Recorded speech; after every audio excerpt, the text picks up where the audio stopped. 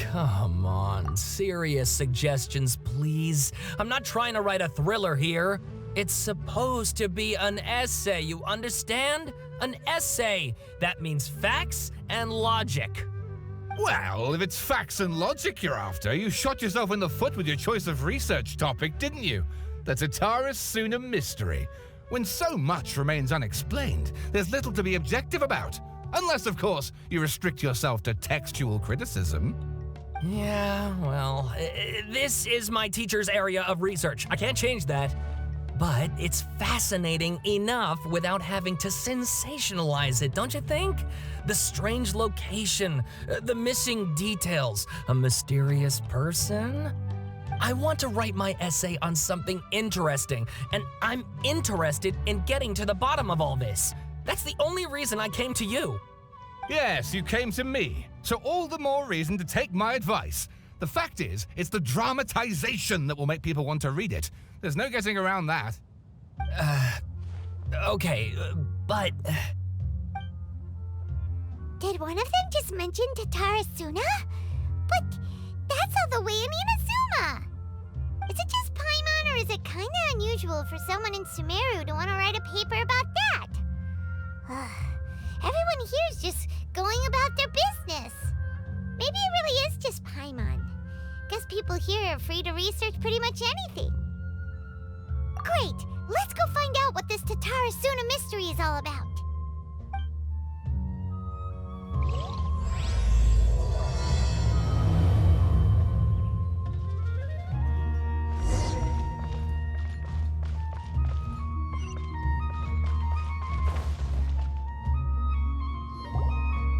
Alright, I guess I'll go with my textual criticism and your editorial direction for the first draft.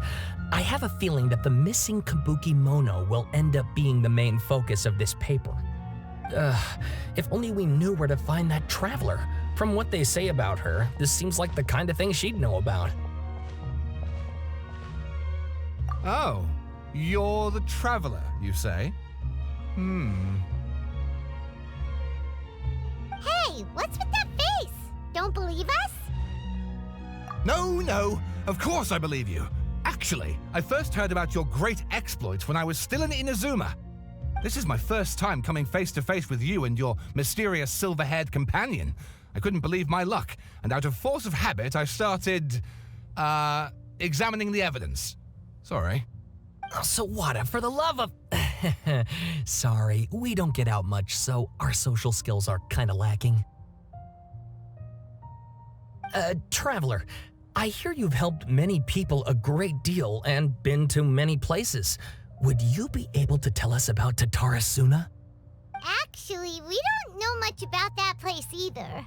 In fact, we only came over here because we heard you talking about it and wanted to learn more. I see. My teacher chose this area of research as a personal challenge. He said it's difficult to get into because even Inazumans don't know much about Tatara Suna's past. But who'd have thought that, If you don't mind, I'd love to show you all my outline for the book I'm writing about Tatara Suna. Hold on, Sawada. Don't you think that's a bit of a deep dive or a first read? Well, fair point.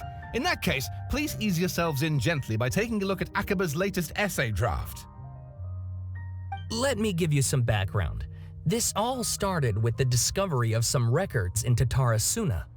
The writings mentioned someone by the name of Mikoshi Nagamasa, who crafted a fine blade. But in the end, he threw it into a fire to destroy it and killed his servant Katsuragi. Why? Well, no one knows. Apart from the swordmaker, his servant, and the one who wrote this all down, the records also mention a kabuki mono. This seems to be an Inazuman word for an eccentric stranger, someone who dresses funny or acts in an unusual way. That's right. Akaba's teacher has spent quite some time researching these events on the ground. This kabuki mono lived in Tatara Suna for a while before disappearing without a trace, and shortly afterwards, as Akaba mentioned, things got pretty ugly. So first this strange person goes missing, then a murder happens? seems kind of fishy to Paimon. Yes, my thoughts exactly. So I helped out too. I asked everyone I could think of if they knew anything about what happened back then. And wow, did I get lucky! Stop shouting! This part's important. I just wanted to make it stand out. It just so happens that a friend of mine works at the government records office. He looked into it for me, and I can now confirm that all the aforementioned individuals did, in fact, live in Inazuma over 400 years ago. Even back then, Tatara Suna was already at the center of Inazuma's smelting industry. The man in charge was a government official named Niwa. Curiously enough, it seems like he went missing too.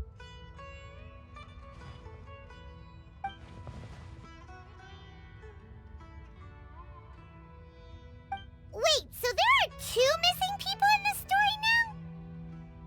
That's right! What's more, Niwa is a name with a lot of history to it. Have you ever heard of the great swordsmith clans of Inazuma? Oh, the swordsmiths? Yeah, like Ishin art and so on? Wow, yes. You really know your stuff. That makes things easier. So basically, this Niwa was a distant relative of the Kaidahara clan, the last practitioners of Ishin art. Something then seems to have happened in the Kaidahara clan, leading to their downfall. I don't know the details, but taken in light of everything else going on around that time, it makes you wonder whether it's all connected somehow. The Kaidahara clan? Sawada, you left out the biggest detail of all. Oh, yes, of course. How could I forget? Brace your minds, ladies and gents, for they are about to be blown. Or maybe you won't believe your ears. I wouldn't blame you, of course, because in all my years as a writer, this is by far the most. Get to the point, for Pete's sake. According to information acquired by Akaba's teacher, the Kabukimono was not a human, but a puppet. A puppet?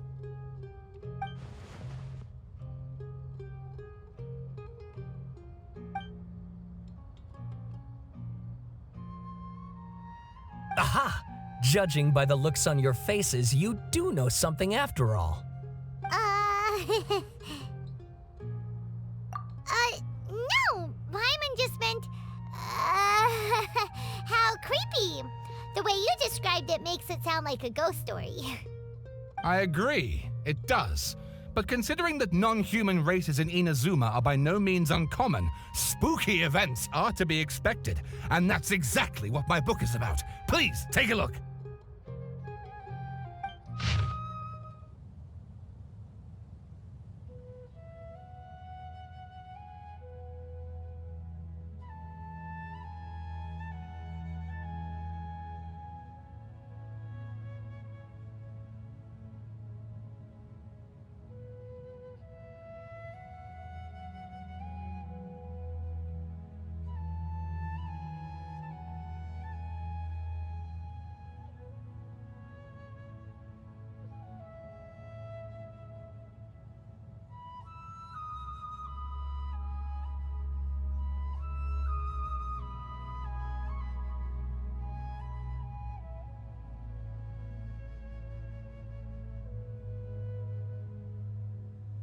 Oh, and please read my essay draft as well.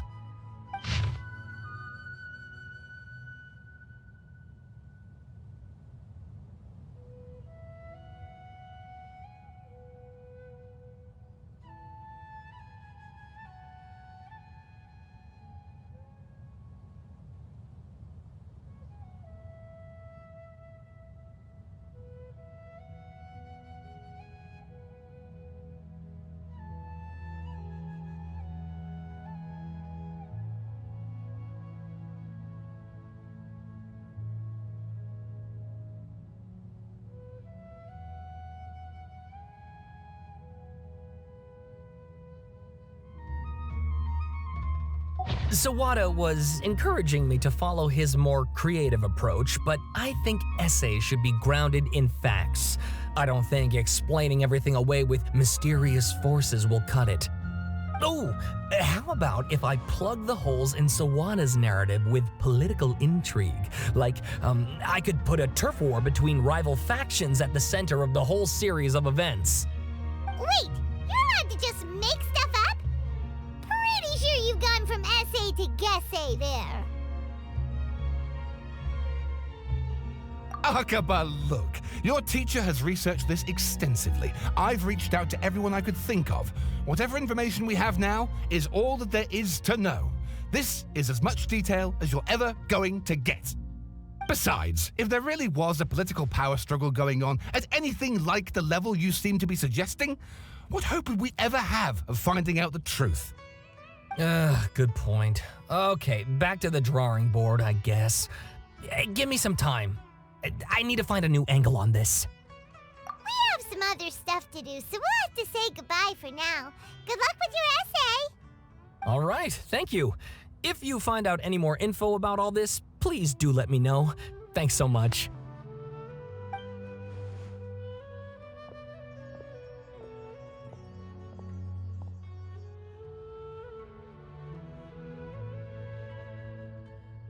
Hey, so that thing they were talking about, it has to do with the Balladeer, doesn't it? Okay, then even if we did know something about it, we probably couldn't share it with them, huh? After all, we kicked his butt and got him locked up. Information about people like that is usually super confidential, isn't it? If you ask Paimon, Akaba should just pick a different topic. There must be as many essay topics as there are trees in the forest. There's no point in...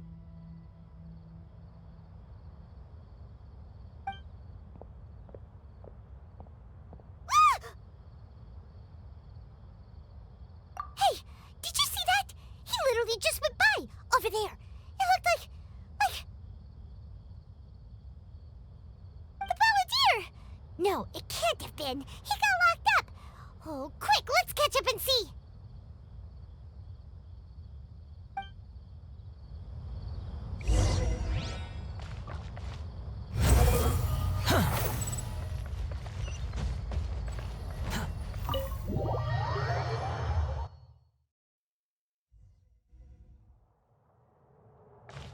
Swarm Fury!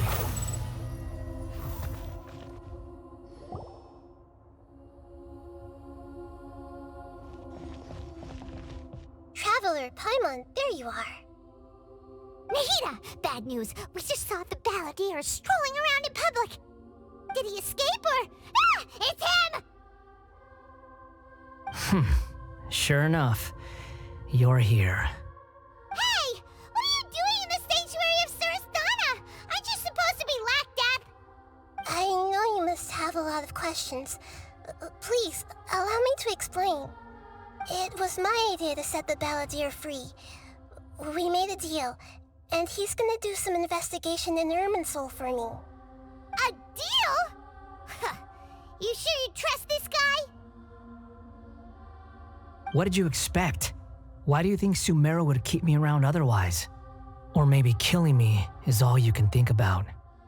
But if that's the case, why haven't you done it already? Don't flatter yourself. It was... Nahida said there's still some mysteries in you to figure out. Ah, so if it were up to you, you'd finish the job? Guess I had you all wrong. There I was thinking you were just getting cold feet. Well, that escalated quickly. Not a good start. Could I ask you all to please calm down? But Paimon's worried about you, Nahida. Don't let him trick you. It's not every day you see people questioning the God of Wisdom's judgment.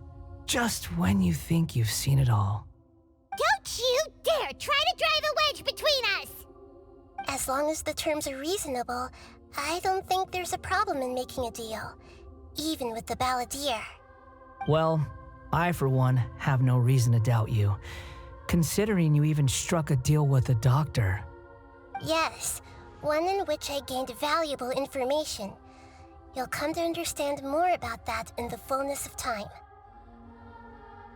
The Balladeer's power was all but completely spent after your battle. He's no longer strong enough to be a strategic threat to us. That puts him in quite a precarious position. Plus, he's a former Harbinger with knowledge of many of the Fatui's sensitive secrets. Being stuck here in Sumeru could make him a sitting duck, depending on how the Fatui plan to respond. Wait a second. Farmer? You mean he's not a harbinger anymore? I take no pleasure in saying this, but it seems as if the doctor had no intention of welcoming back a loser, so... Sometimes it's you using them, other times it's them using you. Most human relationships are this way. Certainly all the stable ones are. That's how it was between me and the Fatui, and also between each of the Harbingers. So as long as you have some value to offer, nobody will ever abandon you. But after recent events, even I have to admit that I'm not worth quite what I used to be. Well, if the Fatui are gonna reevaluate my utility, I need to have a backup plan for myself. As we discussed, I don't like causing harm to living beings, and you said you need protection. So, why not join forces with us? I think these two have made their objection to that idea fairly clear, don't you? And they're your friends, so I guess you'll be siding with them. Yeah, obviously! Nahida, don't listen to him! Then let's put that discussion to the side for now. We still have time. Today can be a trial run. Where we go from here will depend on how well we manage to cooperate today. All right, then I'll do what we agreed. Good. Go now, and keep in touch. Nahida, are you serious about this? Yes. I have my reasons for this decision. In fact, I'm largely doing it for your benefit. Yes. As I told you once before, there's information about your twin in Irminsul. Oh, yeah. Actually, that's the whole reason we came to see you today. So, you have an update on that? Mm-hmm. You may remember me mentioning that the Fatui had not included your twin's details in the Descender category. This is an extremely important point. It's possible that the Fatui have other information that even I don't know about. And since the Balladeer used to be one of them, he'll be better acquainted with this information than I am. He was granted the power to connect with Irminsul when he almost became the god of a new era. Even though he no longer has the Gnosis, some traces of its power remain in him. He can still connect. The amount of information in Irminsul is vast beyond description. Sifting through all of it without knowing what to look for would take too long, even for me. So I asked the Balladeer to search in Irminsul for any information about the Descenders. He's more familiar with this kind of information, and should be able to find it more quickly. Exactly! Or what if... Paimon just doesn't trust him! He's treated us as enemies every time we've run into him! I understand. But sometimes, everything is dictated by which side you're on. How things will go in the future depends on what information he brings back. And Traveler, I know what your heart desires most of all. Our minds have connected several times before. There is a corner of your heart reserved for an intense longing. A feeling of being all alone in the dark, searching for the one candle whose light still burns. As Sumeru's deity, it is my responsibility to be on guard against the Balladeer. But as someone who counts you as a friend, I want to do something for you. If this deal with the Balladeer can give you the answers you've been longing to find, then it's worth it. It's my pleasure, really. You're Sumeru's hero. You've more than earned it. Paimon's still worried about this idea. Is there anything we can do to help? I was going to contact you about that, but then you suddenly showed up on your own accord. Seems like we have a telepathic connection. In fact, I was going to ask you to supervise the Balladeer on my behalf while he carries out the task I assigned. Even though he only has a fraction of his full power left, that's still a fraction of a former Harbinger. If you could accompany him, it would put my mind at ease. Of course, I'll be there to help guide you through Irminsul from the outside. Great, thank you. Prepare yourselves. I'm going to transport you into Irminsul.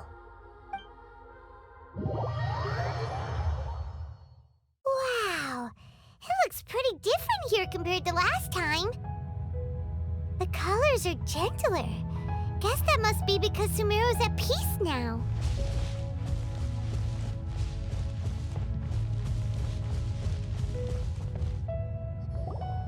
Look at that. Hot on my heels. You know, you didn't have to cut your catch-up short just to keep me company. Oh, but I guess you panicked when you realized that I might enter Irminsul ahead of you. Shut your beak, jailbird! No way a prisoner gets to be so smug! I understand that prisoners have to put up with harassment from the guards, but right now, I'm on temporary release, so maybe you should think about backing off a little. Sounds like a successful rendezvous. I need to be quite clear about something. In a few moments, you'll be entering into the innermost region of Irminsul. It is an environment like no other, and the most important place in all of Sumeru. Unlike anywhere else, Irminsul's inner region consists exclusively of torrents of information. You must put aside your differences and be extremely careful as you navigate your way through. I know there are many grievances between you on both sides, but it is essential that you remain calm after entry. This is as much for your own safety as anything else. Fine, let's call it truce, but only until this mission's over. Let's cut each other a little slack, shall we? We are going to be traveling together after all. Per my agreement with Lesser Lord Kusanali, I'll be at the front. It's my job to lead the way and get rid of any obstacles in our path. All you have to do is keep your pretty eyes open and try not to fall behind. You sure are confident. Paimon will give you that. You make it sound like you're even more experienced at adventuring than us. If there are no further objections, I suggest we get going. Or did you need some time to mentally prepare yourselves? Ew! Ugh, the snark on this guy, it's unbearable. We can start now. Irminsul access granted. Initiating connection procedure. Is this a small sapling? Oh, darn it! Come on, let's catch up with him.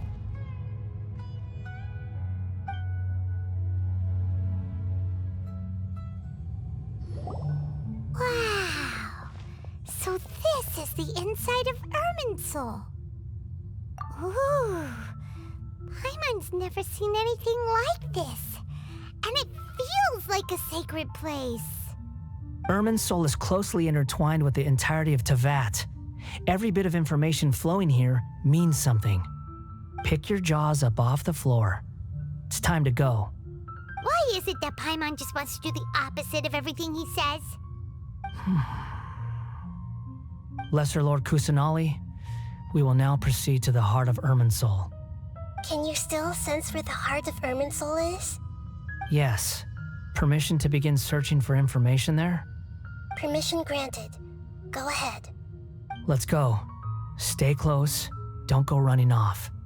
Hey, so, say we did go running off in here. What would happen? What are you smirking at? I was just imagining the look on your travel companion's face if you went and got lost. Anything's possible in here. You can't rule anything out. So if you want to stay safe, your best option is to stick close to me.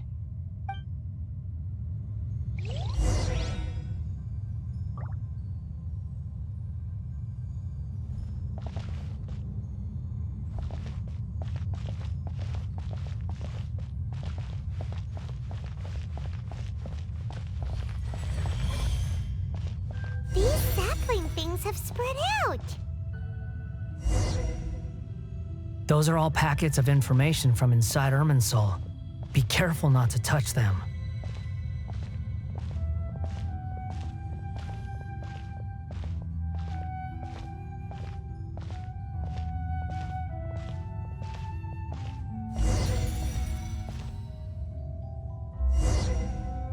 It looks the same in every direction.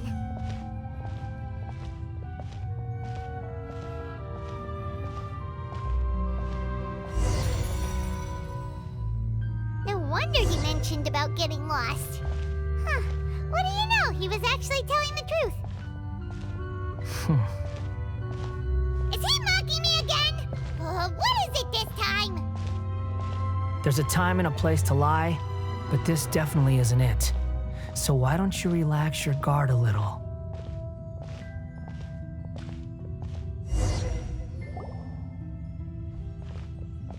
We're here. What a huge tree!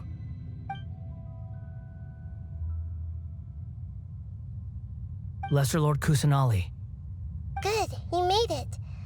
Are you ready? ready when you are. Then please begin. Preparing to access cognitive currents. Establishing waypoint. The Balladier's actually doing what Nahida tells him. Guess he must want to stay alive.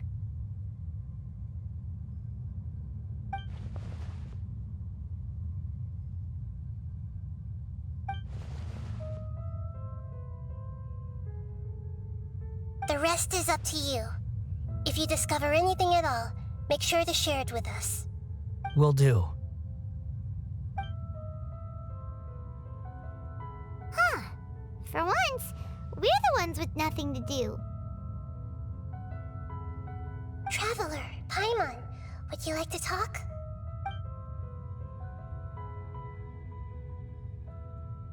Yes, I've also invited Paimon to join. Huh? What the? We can talk to each other inside our heads?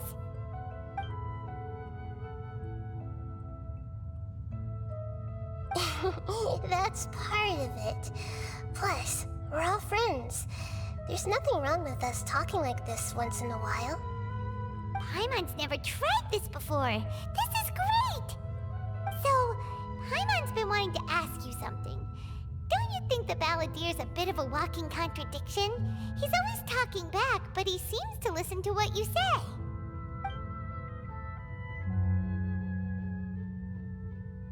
As I've told you before, there are still some mysteries for him to resolve. Things that are clear as day to me, but that he has yet to understand. Perhaps today will be the day that he finds some answers.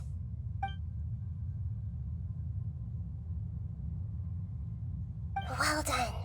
Smart and attentive as always.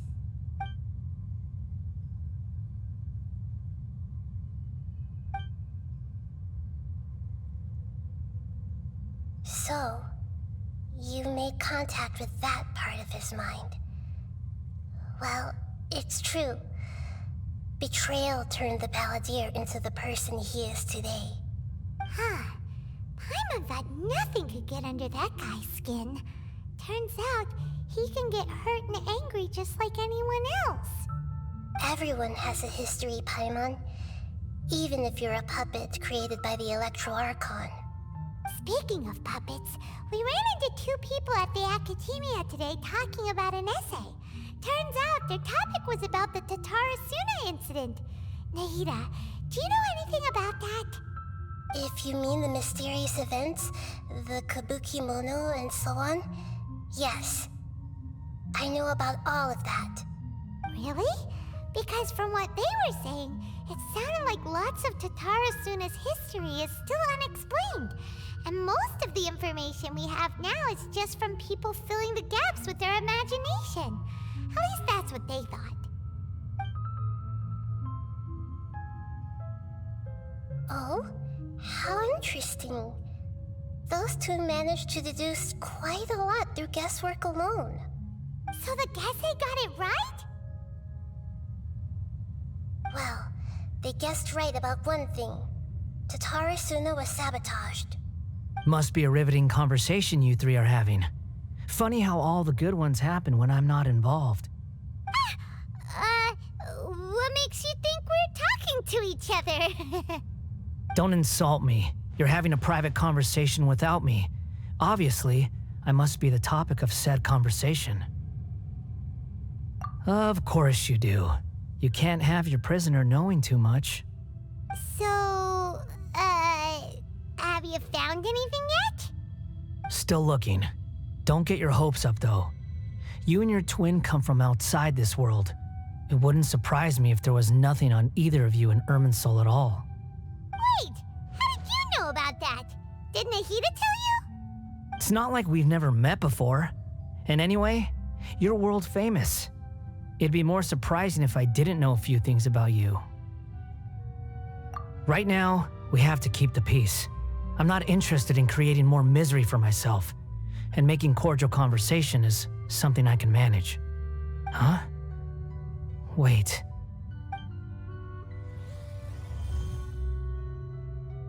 This light, it looks similar to those saplings. What could it be? Anonymous data. Hey, don't you forget the agreement! You have to share it with us! Shh. Just wait. Mr. Niwa, are you certain this is worth the risk? We are talking about Tatara Suna's furnace, after all. It may not pay to act rashly. There's no one else who can enter the furnace. It has to be me. Is that so? Well, since you insist. It's...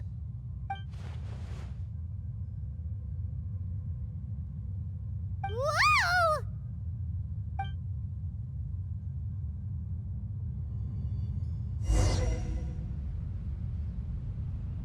I have been in Tatara Suna for some time now.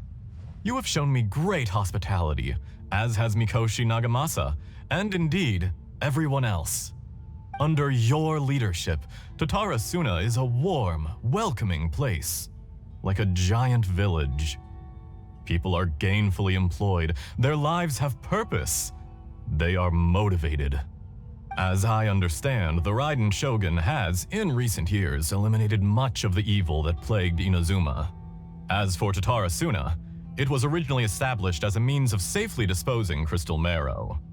The forging industry with crystal marrow as a raw material has since flourished, giving rise to generations of swordsmiths, some world-renowned, others unknown, all passing on their legacy. Skills, blood, dreams. Every smith brought into this trade looks to find their purpose between steel and blade. That is why you accepted the proposal brought to you by myself and Akame. Yes, well, were it not for you coming to Inazuma and happening to make Akame's acquaintance, the two of you never would have joined forces. And he would be the first to admit that there's no way he could have revolutionized our forging process like this on his own. At least not on the same timescale. You allowed Akame to take all the credit for a method that you jointly developed. He sold it to me, and now every piece of ore here is smelted using the new technique. Even now, you remain one of Tatara Suna's key consultants, working right here alongside us. I believe it is you, sir, who are truly responsible for the changes in our manufacturing and forging methods. You flatter me. From the outset, I saw much that was commendable in the forging industry of Inazuma, and it has been my great honor to befriend you all. So you say, Escher. But is this really the truth? My good sir, what do you mean? I tried to resist thinking it was all connected, because I didn't want to speculate, and I didn't want to believe that things could turn out this way. What have we gained from adopting your new technology? Ominous black smoke? Mounting production problems? Worker fatigue and casualties are up and continuing to rise at an alarming rate. And recently, as you well know, someone died because of that strange filth inside the furnace. We've kept the truth from spreading outside, but still, I suspect you understand it better than I do. None of the people who went out to get help have come back. Now, our mutual friend, the Kabuki Mono, is taking the Golden Feather to Narukami Island to seek an audience with Shogun. This is our last hope. But that doesn't faze you, does it, Escher? Nothing does. Otherwise, why would you still be standing there with that smile on your face? I'm just surprised that you finally chose to be so sincere. I'm sure you've been harboring these suspicions for quite some time. Mikoshi Nagamasa may have noticed that there was one common denominator among all these events. Namely you, Escher. But Mr. Mikoshi is more cautious than I. He does things by the book. After all, Nagamasa is the adopted son of Mikoshi Torichio, the yokai struck down by the shogun's own hand. If he truly seeks to redeem his family's honor, an abundance of caution is well advised. You're well informed on the subtleties of his situation for a mechanic all the way from Fontaine. Are you sure you're not a little overqualified? Why, Mr. Niwa, are you suggesting I find a job as a diplomat? Sadly, I am so very attached to my craft. Enough, Escher. I'm here because an evil force is raging inside the furnace, and someone needs to take your new device inside the high-risk zone so we can absorb it and put an end to the problem. I'm in charge here, and I'm about to take some responsibility and head inside, probably to my death. But what about you? What are you still doing here? Judging from the look in your eyes, you don't seem to trust me. Drop the act. We're past that now. Whoever you are, it looks like your plan to destroy Tatarasuna has worked.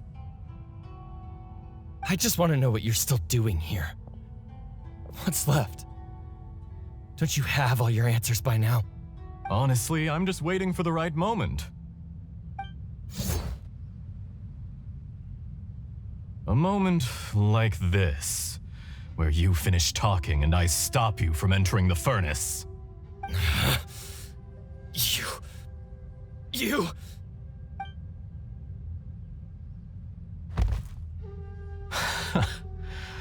You're a little smarter than I initially gave you credit for. I thought I'd disguised myself exceptionally well, at least for the first few days. But to my surprise, you had your people look into my background right from the start. It's a long journey from Inazuma to Fontaine, but that didn't stop them. Eventually, they managed to confirm that Escher was an alias, and that I was not from Fontaine at all. And yet, despite all of that, you still fail to realize my true identity, and what I seek in Tatarasuna. Did you really think you would be able to see through my plan? If you kill me, there's no one who can get inside the furnace. So you're really going to destroy this place? Is that it? Oh, but you're quite wrong. There is one other person. Some may not see him as a person, but you told him yourself. You're not a puppet. You're a human. You're just missing a heart. Whoever you're working for won't get away with this. They'll be found out. But this makes no sense. What are you really trying to accomplish by all this? Why go to all this trouble? It's no trouble at all. Patience is a virtue which I have in abundance. This is all part of a carefully controlled experiment. If you must know, I'm happy to divulge my true identity. I'm a Fatui Harbinger. Call me the Doctor. The Fatui? Who? What do you want? Just to create a minor inconvenience for your nation. That's it? That's why you gave us your cursed technology? Just to let loose the evil energy from the crystal marrow? Look how even the righteous soul is filled with venom when faced with its demise. My device functions precisely as you say. It is the only chance you have of preventing a catastrophe and keeping the truth from the outside world. However, I did not make it with you in mind. It is easier for a person to be possessed by evil spirits when they are filled with hate. So give in to your fury. I want to see what happens when a malevolent heart is placed into an unsuspecting puppet. Make no mistake, even without you, that pure, innocent puppet would only end up being used by someone else instead. What other reason would a human have for befriending one who is not of our kind?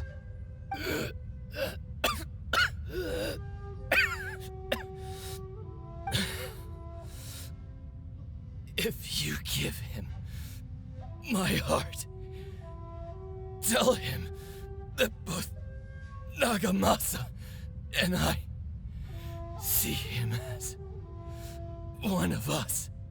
He has nothing to prove to anyone.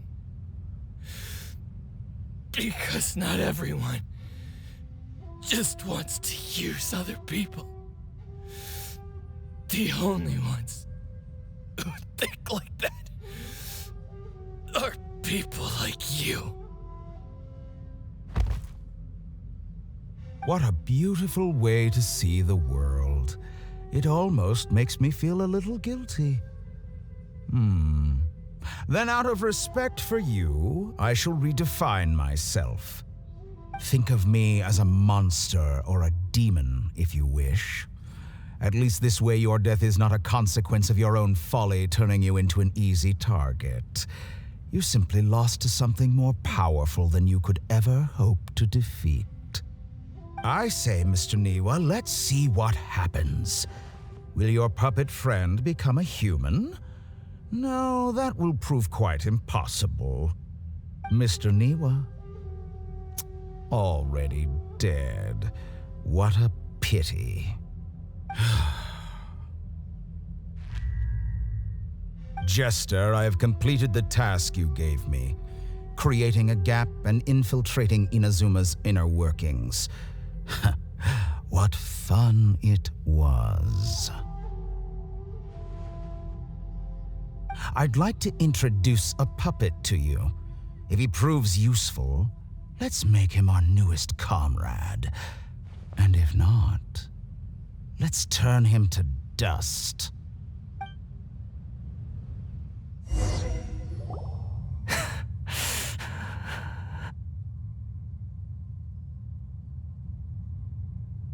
Hey, are you all right? Dottore?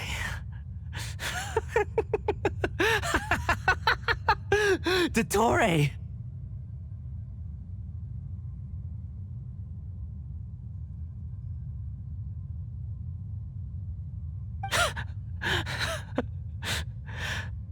Good. Good. Was that the doctor? Did he turn into a mechanic from Fontaine? But why did we see things from his perspective? When I touched the doctor to confirm whether he'd eliminated all his segments, I read this memory in his mind. You have to admit, it must be the truth. Maybe so, but it means nothing. Does it? But this memory shows that Niwa didn't betray you. He never meant for you to be the one to take the device into the furnace. You know very well what that means, even more so than I.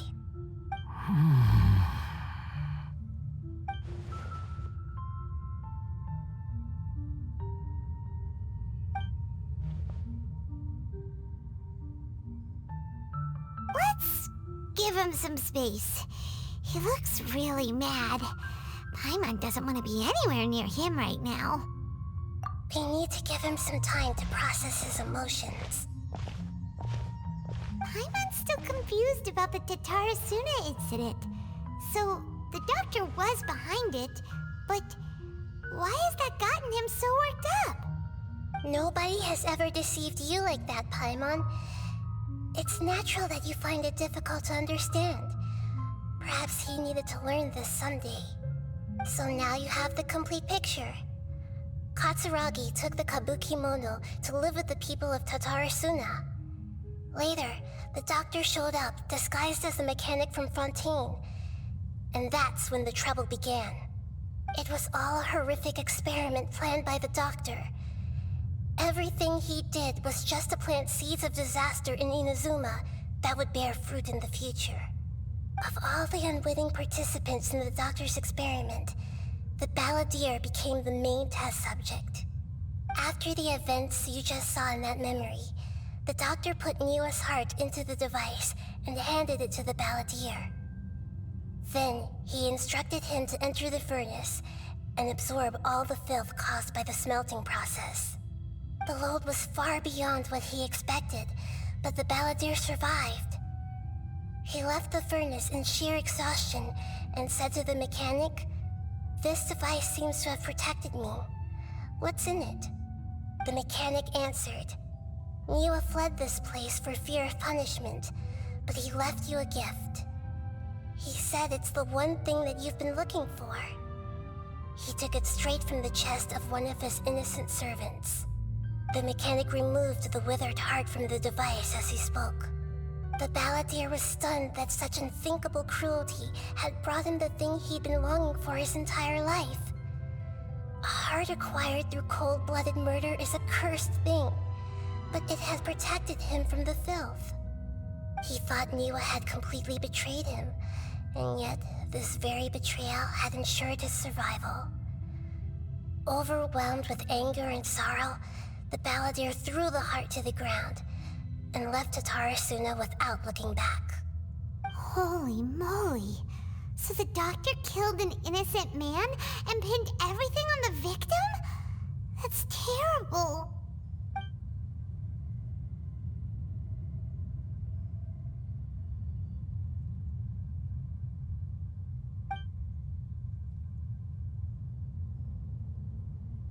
Yes. Only if he understands this can he choose a new path forward. Tori, you brazen-faced... Niwa didn't run from justice. You killed him.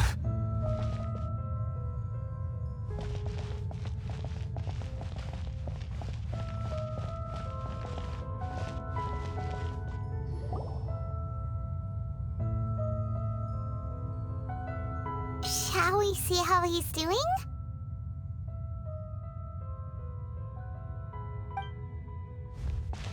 Hey, you alright? That's a scary expression. Are you worried about me? If we didn't have such a history, I'd almost think that qualifies me to be your friend. It won't. I'll keep my end of the deal. Hey, aren't you investigating the stuff we want to know about? That's why we're here. But unfortunately, there's no information about the Descenders in Irminsul. Even if you can't find anything, that seems to confirm it. Irminsul does not keep records on the Descenders. Anyone who comes from beyond this world is not counted as part of Tevat. Oh, does that mean we have to leave empty-handed? Don't thank me just yet. You look really upset. Well, since Irminsul was a dead end, I guess I can share some other info that might interest you. Huh? About what? The reason why there are records about your brother in Irminsul. It might have something to do with Conria. Apparently, Conria was his first destination when he arrived in this world. Plus, he only came to this world because the heavens responded to the summoning.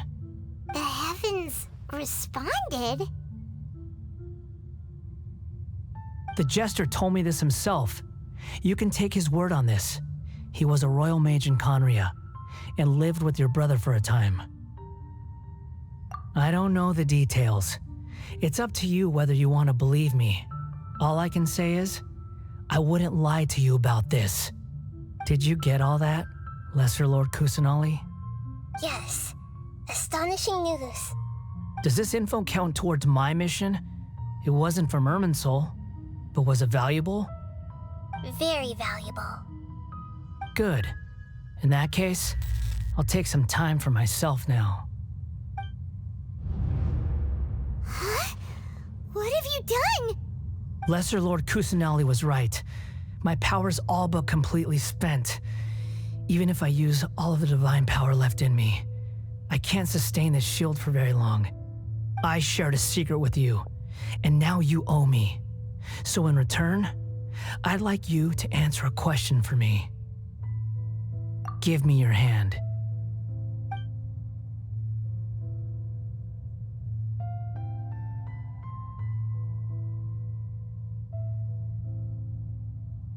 Can you hear my voice inside your head?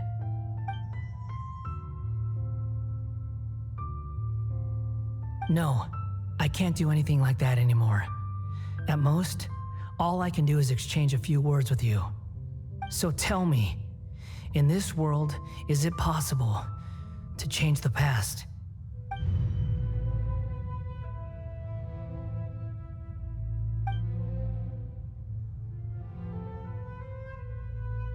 Done. Huh? What happened? Paimon only saw you hold hands for a second. Nothing. I was just thanking her for helping me.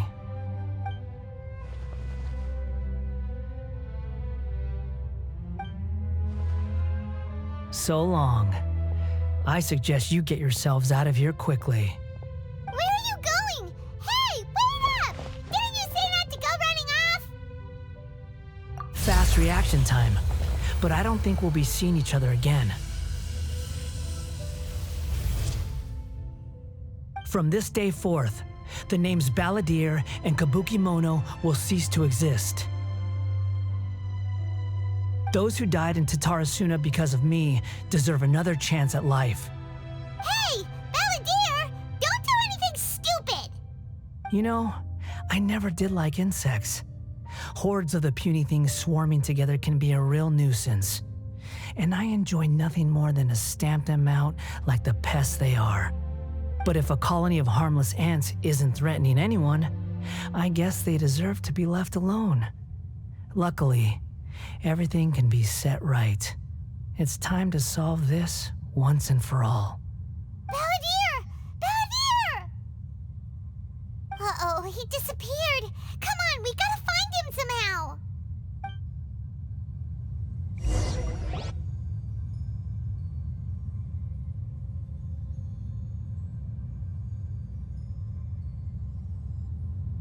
Oh no, he's really gone.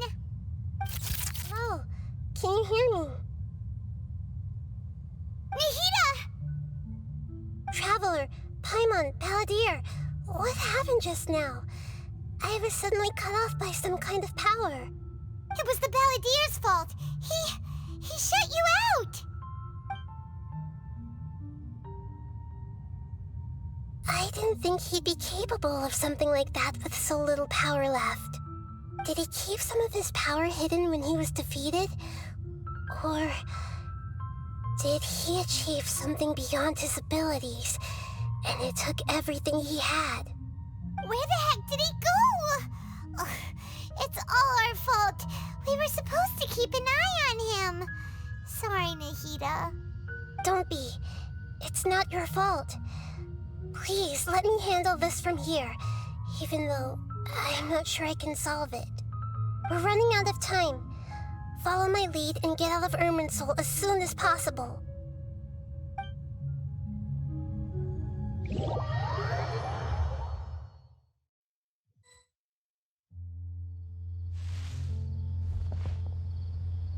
We're out! And we're at, an inn or something? This is an emergency. I'll have to ask you to stay here for now. Everything's arranged, and nobody will disturb you. I'm sorry, but this isn't something I need your help with. Leave this one to me. An emergency? How bad is it? Nahida, will you be okay? Don't worry. If my assessment is correct, though there may be some minor disturbances, it won't lead to a disaster. Please rest and recover your strength here until I say it's safe. Her voice has gone. Paimon can't shake the feeling that something really big has happened. What do you think the Balladeer meant? And why did he suddenly grab onto you before?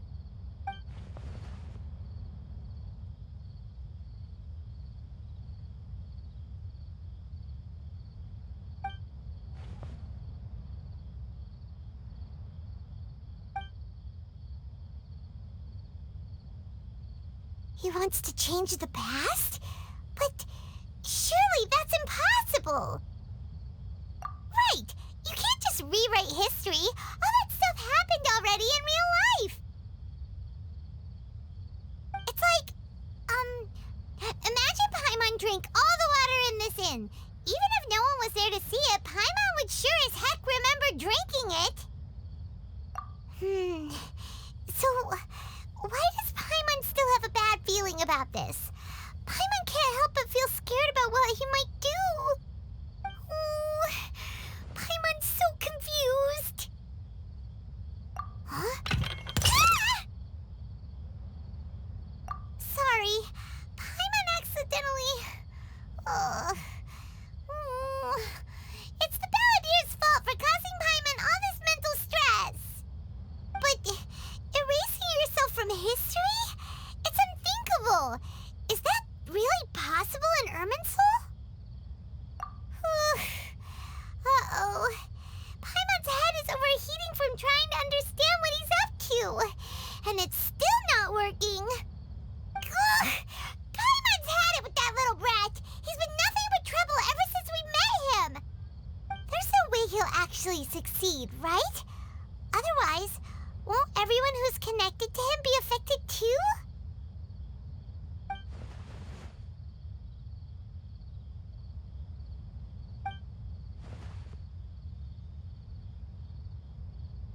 There's nothing we can do about it at this point.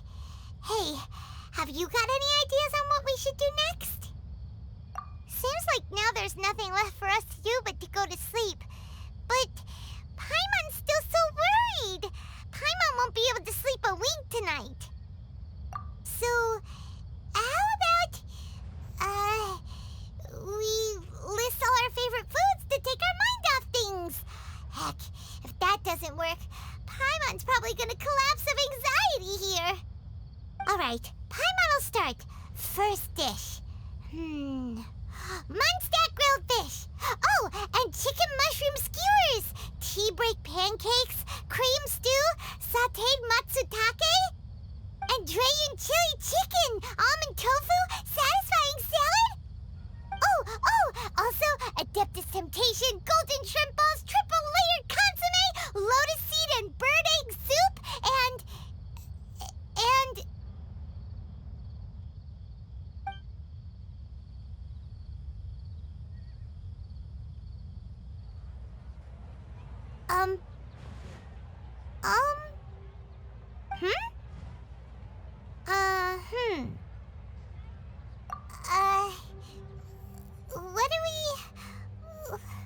What was Paimon supposed to be doing just now?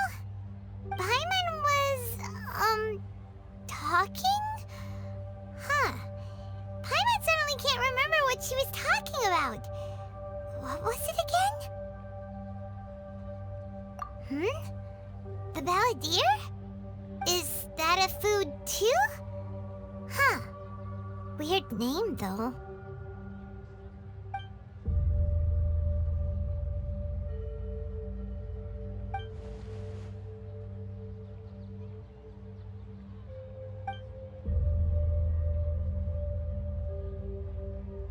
What's wrong?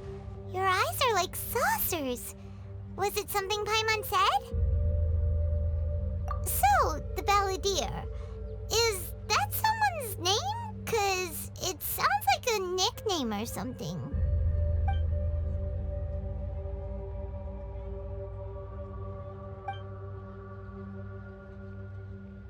Okay, sure. Where are we going? Huh? Fine by Paimon, but is everything okay? You're acting like this is an emergency.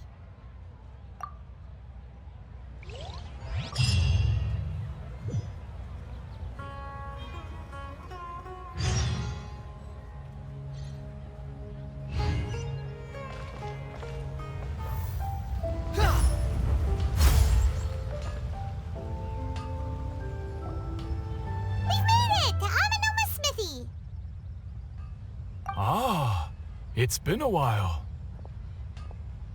Of course. Go ahead.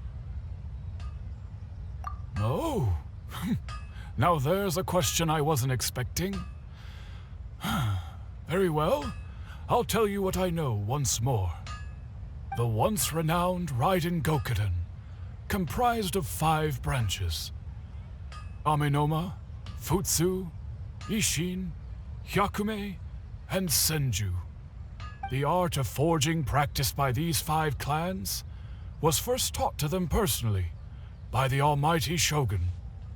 Over time, the 5 branches diverged from one another as generations of bladesmiths honed and perfected their craft until they became 5 distinct traditions. Most of the great swordsmith clans of old have since fallen into decline, and for a long time, only the Amenoma branch kept its art alive. But fortunately, Kaedehara Kazuha recently returned to Inazuma and took up the mantle of the Ishin art. Now, 2 clans remain of the original Gokuden 5. If my memory serves me right, you yourself were present when he forged the Ishin blade. Oh, yeah, we were! Paimon remembers that now. We learned a bit about the decline of the Raiden Gokuden then, too. It seems like such a shame. That, my friends, is a tragic tale indeed. In fact, this was not made known to me for most of my life. All these years, I knew of those great clans' demise, but never the cause. Only recently, when the question was on my mind, did I ask Kaedehara Kazuha about this.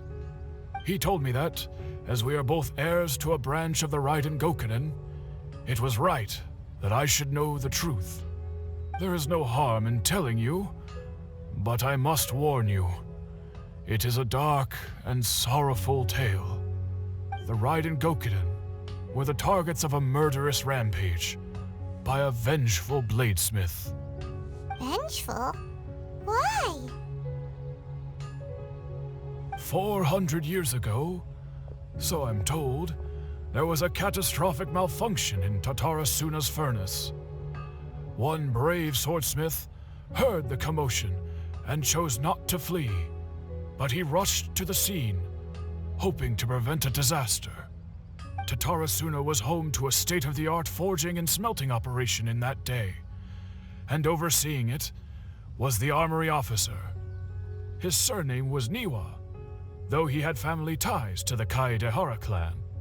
Knowing that they had just one chance to save countless lives, Mr. Niwa and the swordsmith leaped together into the furnace. The furnace quickly stabilized, but neither of them made it out. The smith's death, though heroic, dealt a devastating blow to his family's fortunes. His orphan son was left to fend for himself, and grew up deeply resentful at the world. In his heart, the whole of Inazuma was culpable in his tragedy. He hated the almighty Shogun for her apparent indifference towards his father's death, and he hated everyone who had done nothing to try and save him. Powerless and destitute, the only legacy he had to pass on to his children was his hatred. Generation after generation bore this grudge, living in utter misery. Alas, if only the story could have ended there. But 100 years ago, the then head of this family reached the end of his wits. He could bear their fate no longer, and yet he could do nothing to change it. Finally, he made a drastic decision to take revenge on the Raiden Gokuden. In doing so, he sought to vent his pent anger and shake the very foundations of Inazuma's forging industry. In his fury, he murdered indiscriminately, killing even bladesmiths from the Hyakume clan which he belonged to. His goal was absolute, the devastation of all of the Raiden Gokuden. But when he came to the Kaedehara and Kamisato clans, his killing spree came to an abrupt end. He failed to catch them unawares. They fought back fiercely, and they did not spare his life. That is why the Kaedahara clan and their Ishin art survived that day. I suppose they were the lucky ones, under the dire circumstances.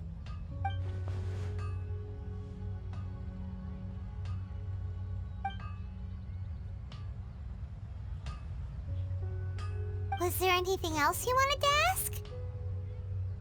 Kazuha? Why, yes. Just yesterday, in fact. We spoke for a while over some tea. He seemed well.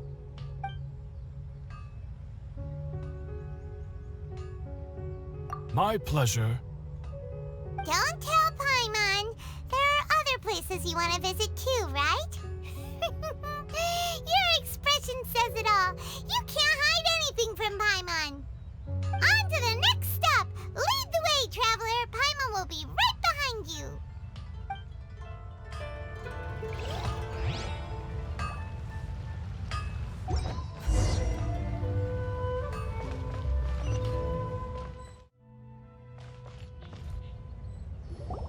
We're here! This is the Yashiro Commission's headquarters, so... Traveler, it's been a while.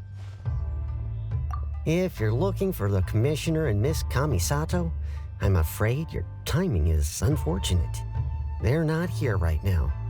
Are they out on business? The Commissioner is out on business, and Miss Kamisato is standing in for some meetings in the Commissioner's place. If it's urgent, you're welcome to wait inside until they get back. What do you think? Shall we go in? If it were anyone else, I couldn't allow it. But seeing as you're so close with the Commissioner and Miss Kamisato, I think it should be okay. We'll be heading in then. Thanks!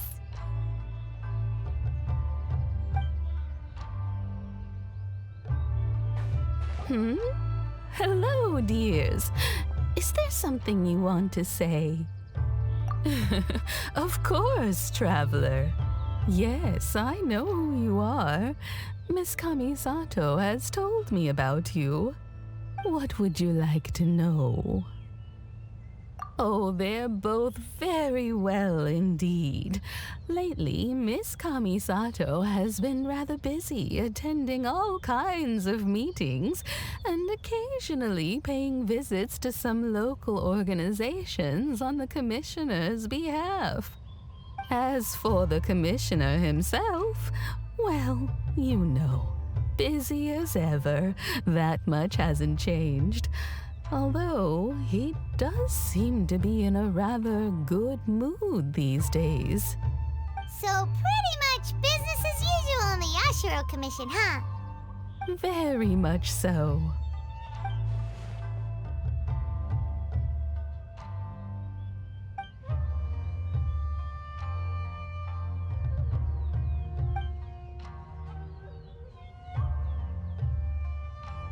Well, got any more questions? You're very welcome. In fact, I would love nothing more than for you to come and visit more often. But I'm sure you must be far too busy to have time for that. Miss Kamisato talks about you all the time. She seems so thrilled to have you as a friend, and she's always saying how talented you are and how much she admires you. I must say, many things in Inazuma seem to have taken a turn for the better since you arrived here. So you're not just Miss Kamisato's knight in shining armor, you know. You're a hero to us all. I mean it. Whenever the Commissioner dines at home, Toma always joins him. I always find myself at my most relaxed when I'm serving the two of them and listening to them chat away.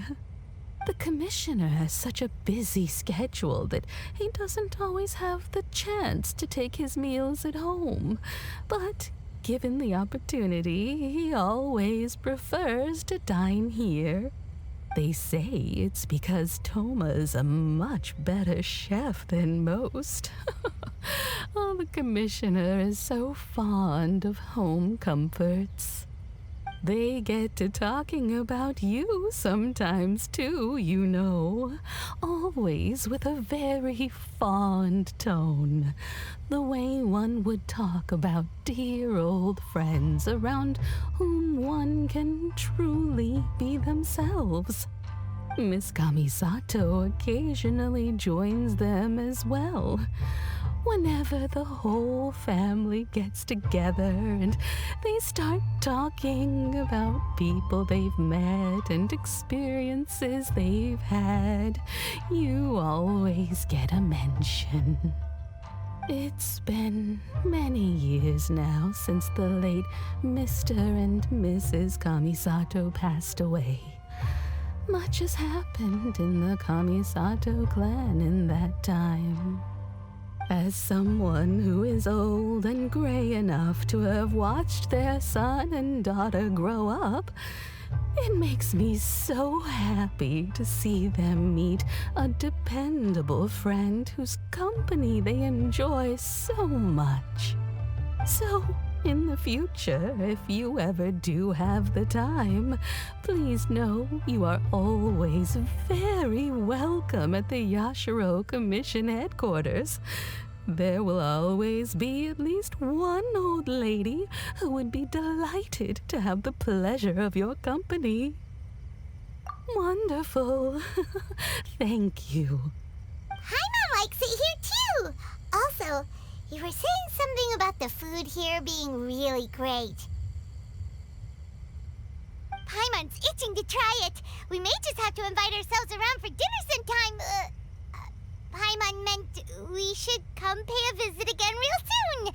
Ideally around dinner time. Of course. You're always welcome. Alright, goodbye for now.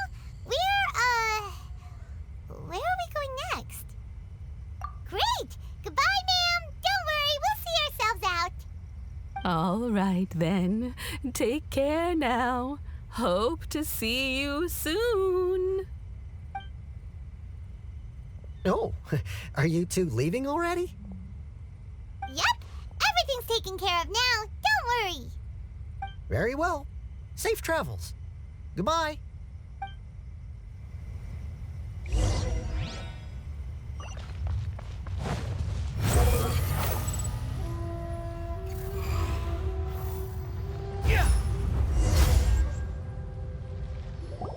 Well, here we are.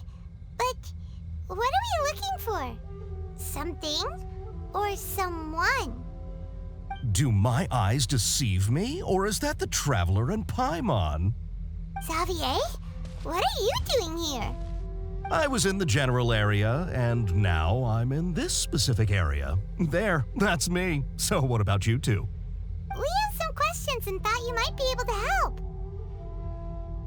Certainly do. I've researched the furnace here in some depth. If there's anything you want to know, just ask away. Like the back of my hand. Make no mistake, I have been here a good many times before. Not only that, but I've met people in Inazuma whose families used to live in Tatarasuna years ago. They said it's all true, the history here. Oh, well, it's a long story, don't you know? The tale of Tatarasuna starts a long time ago. I'm told that its history is one of the most foremost forging and smelting operations in the nation, goes back around 1,000 years. Still, the furnace has had a couple of serious maintenance issues along the way. A couple? When exactly? One was just in the last few years, the other was several hundred years ago. A fun fact, I'm not the first Fontaine tech guy to come and work on it either. There was a guy back then too. They say he was a mechanic who consulted on a technology upgrade. It seems like the technological collaboration between our two nations goes back a long way. How about that?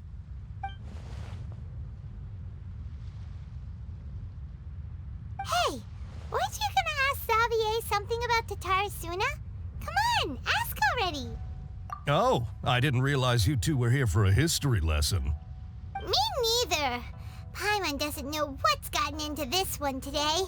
Feels like we've been preparing for a history exam or something.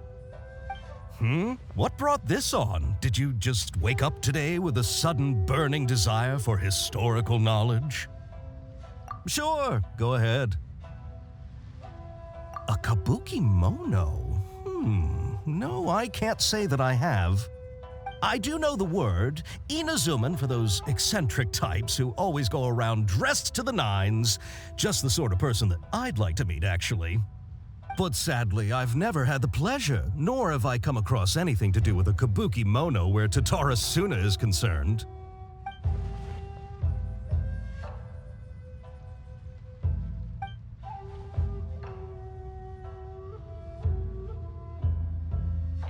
Of course! Don't mention it. Oh, we're leaving? Okay, bye, Xavier. Oh, you're most welcome. More than happy to help. Farewell. Looks like you got all the information you're looking for. Sure, but what's up with you today? Whatever it is, it seems like it's really troubling you. Keep your smile, Spinal Crocodile. No matter what happens, Paimon will always be there for you. Come on, you gotta keep it together. Why don't you grab something to eat? You can't go facing life's challenges on an empty stomach. All right, let's head off and go meet Nahida.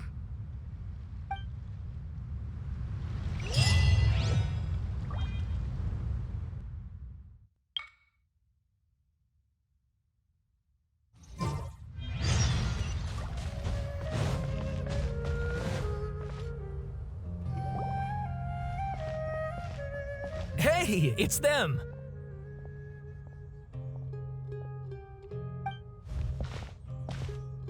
Akaba, Sawada, you're still here?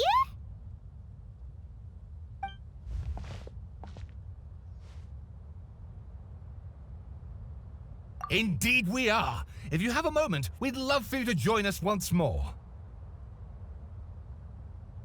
We have time. What do you want to talk to us about?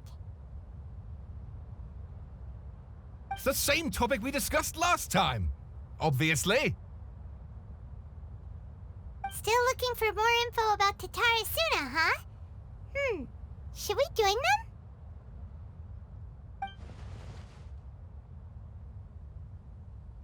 Unfortunately, we haven't made any real progress.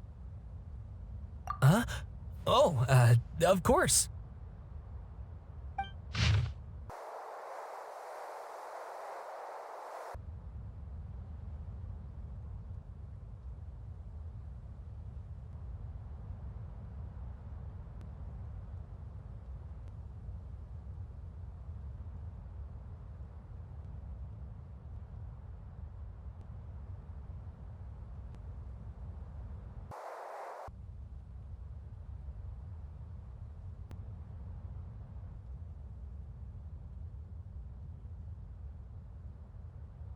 I presume you'll want to read mine as well.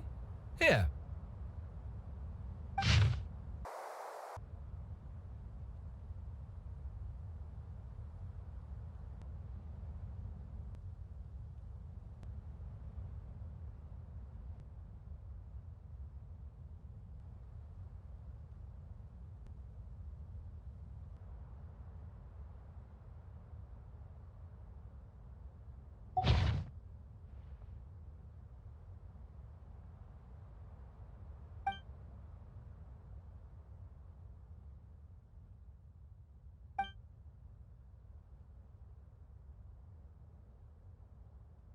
Well, what do you think?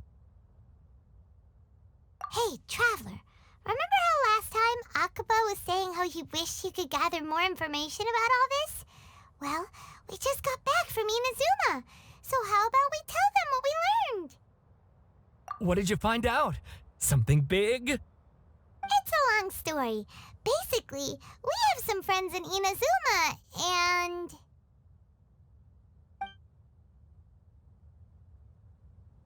Wow, so many new details. Thank you so much for sharing that with us. Well, well. So it all comes down to one man's desire for revenge. Huh. You heard this from a member of the Armanoma clan, you say? Then I guess it must be true. Ugh. So there's no ghost story here after all. This new information actually lends further credence to my hypothesis. Evidently, swordsmiths were seen as having an incredibly prestigious role in society those days, to the extent that harming them was conceived of, at least by the perpetrator, as a way of exacting revenge against those in power.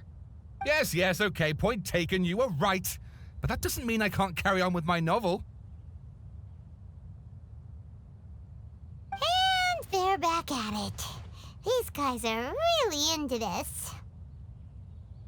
Oh, so sorry. Look at us, prattling on about our projects and ignoring you.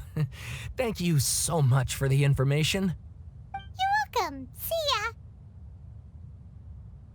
Keep us in the loop if you find out anything else. Will do.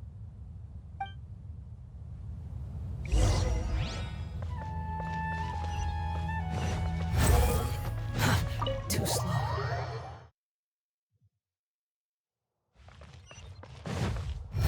Search for it. Nahida, we're here! Traveler, Paimon, how have you been? Ugh, where to start? Paimon hasn't had a moment's rest this whole time. That night, we ended up chatting and chatting until suddenly the sun was up. And then she decided she wanted to go to Inazuma. The Balladeer? This sounds like some kind of code name.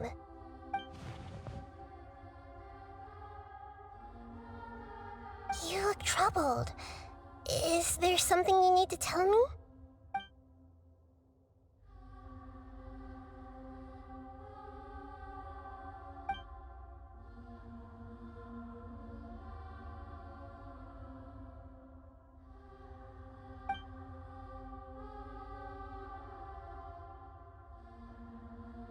Traveler? Hey, what's wrong? You look so upset.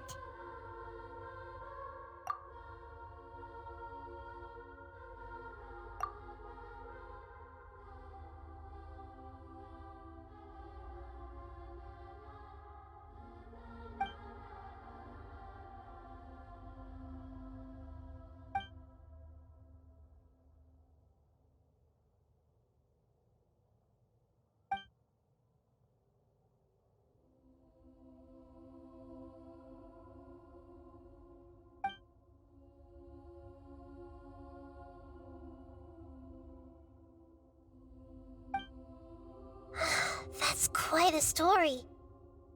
So, this puppet known as the Balladeer erased himself from Irminsul, hoping that he could change the past.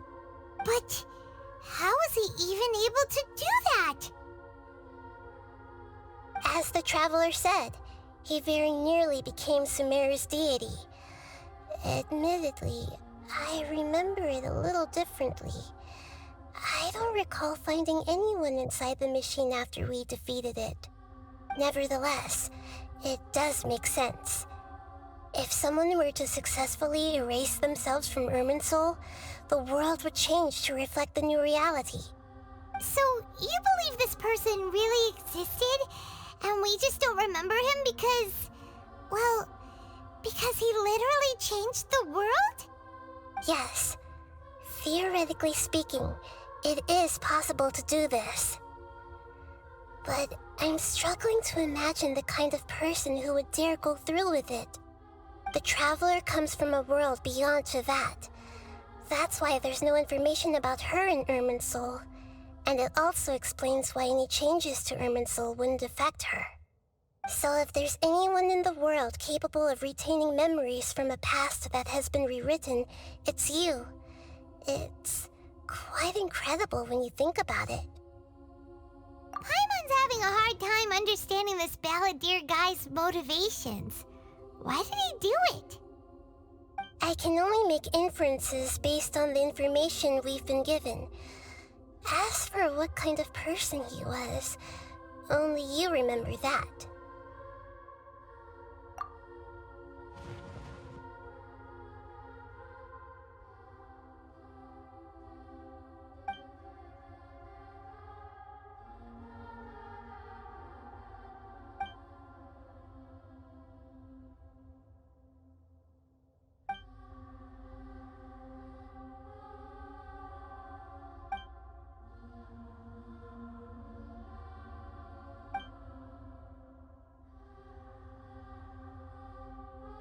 Something else worrying you?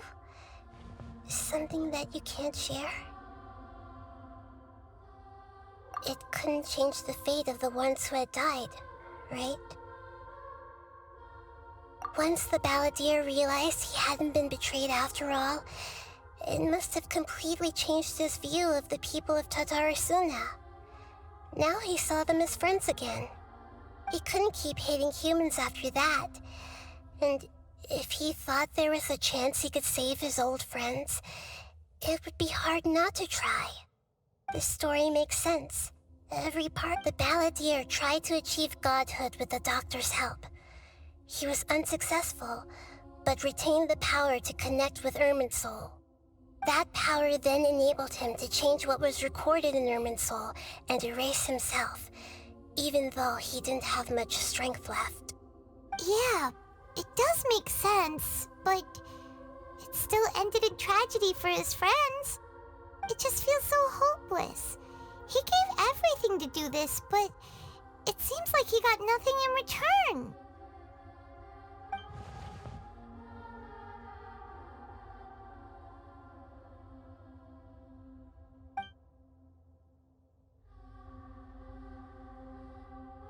Please wait a moment. I want to check something. Found it. This should be the one. It turns out that I have a strange way of confirming everything she has told us. What is it? A record from a personal collection.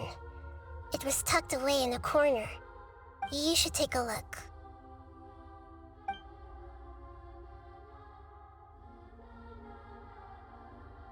Is this a fairy tale? Who wrote it? I authored this record myself.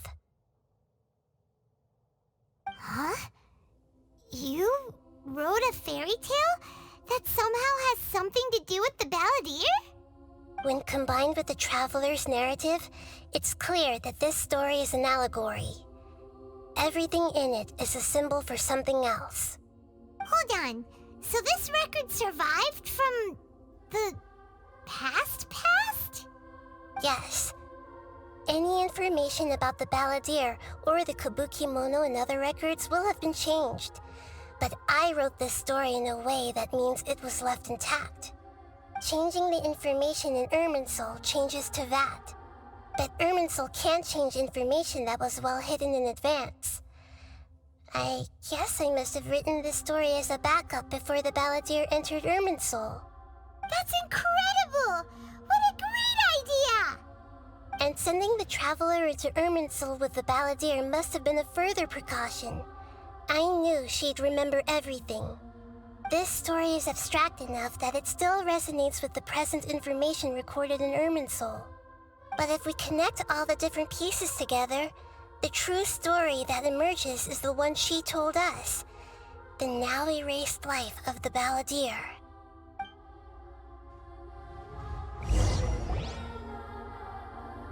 There was once a lone monster draped in fox fur. The monster found a family of foxes, joined them, and they became friends. The monster lived with the family day and night, and everyone treated it as one of their own.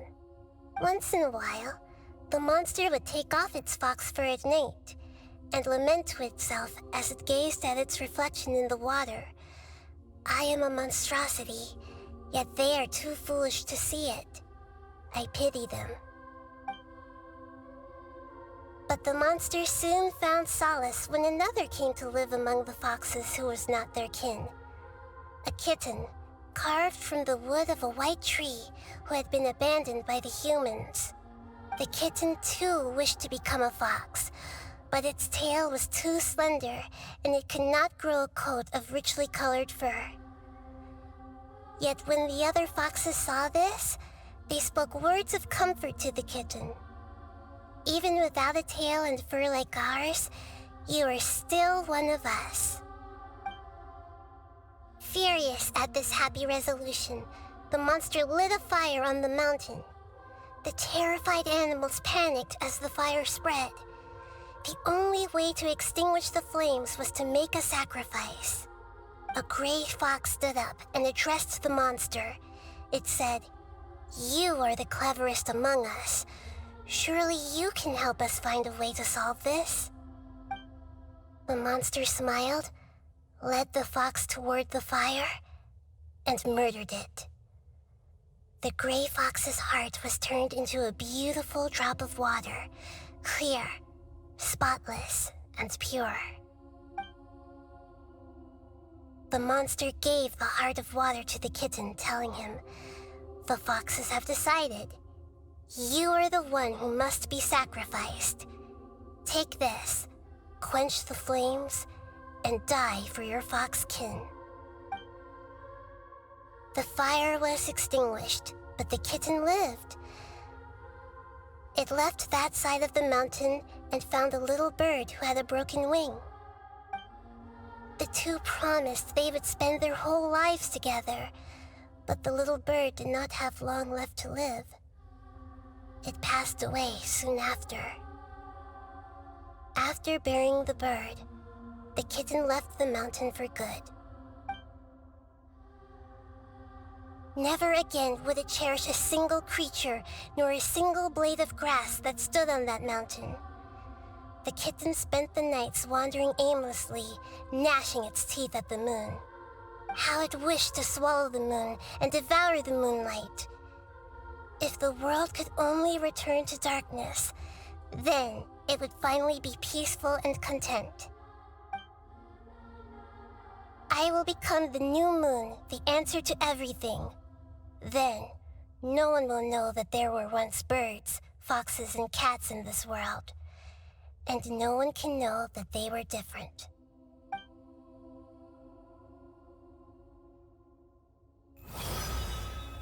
We solved it!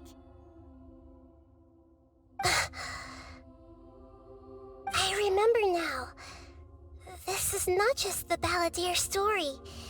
It is his very own memories. I made a backup so that it would be preserved no matter what happened. To become a god, he was experimented on and modified countless times.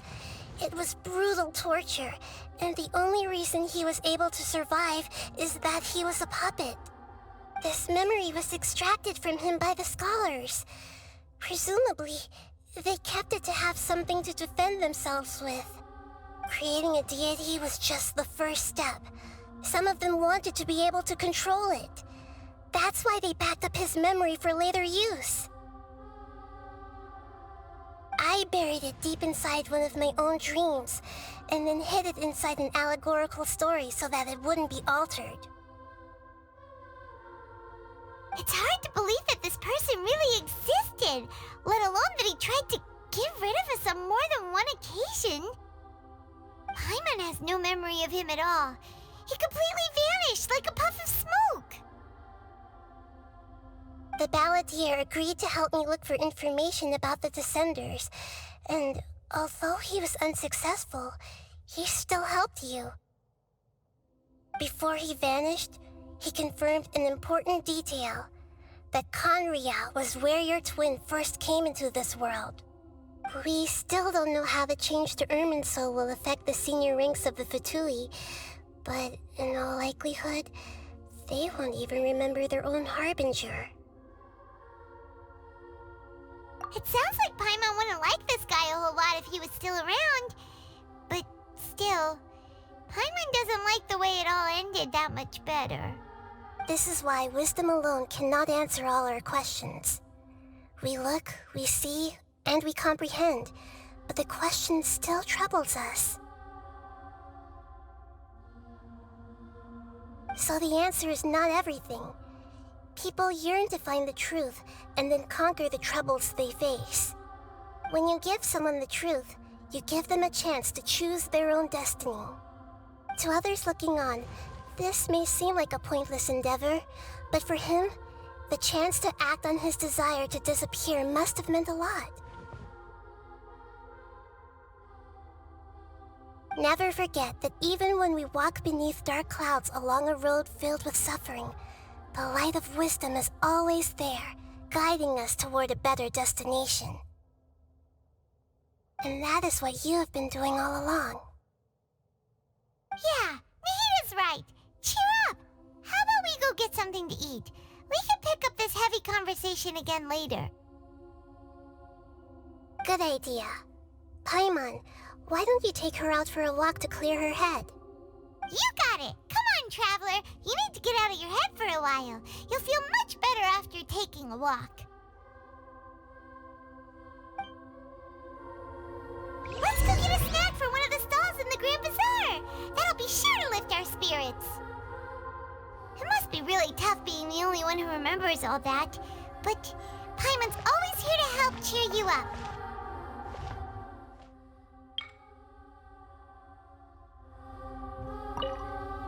There's a few things I'd like to look into. You should go take a walk and try to unwind.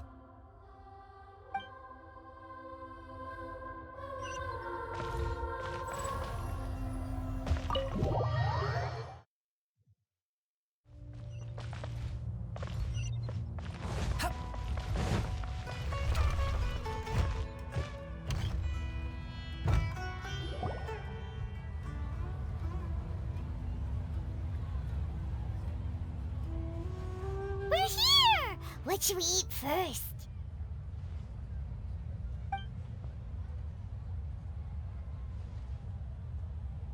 Hey, are you gonna answer or what?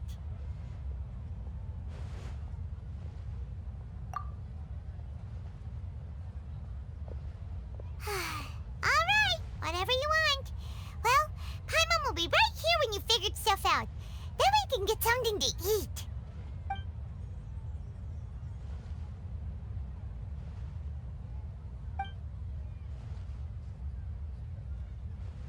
What is it? Have you figured it all out?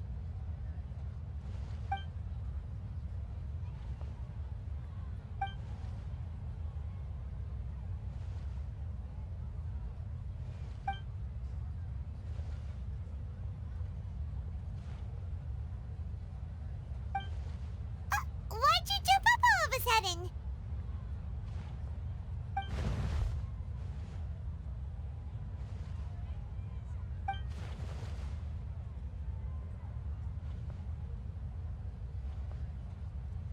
Excuse me, boss. There seems to be a small problem with the last bill.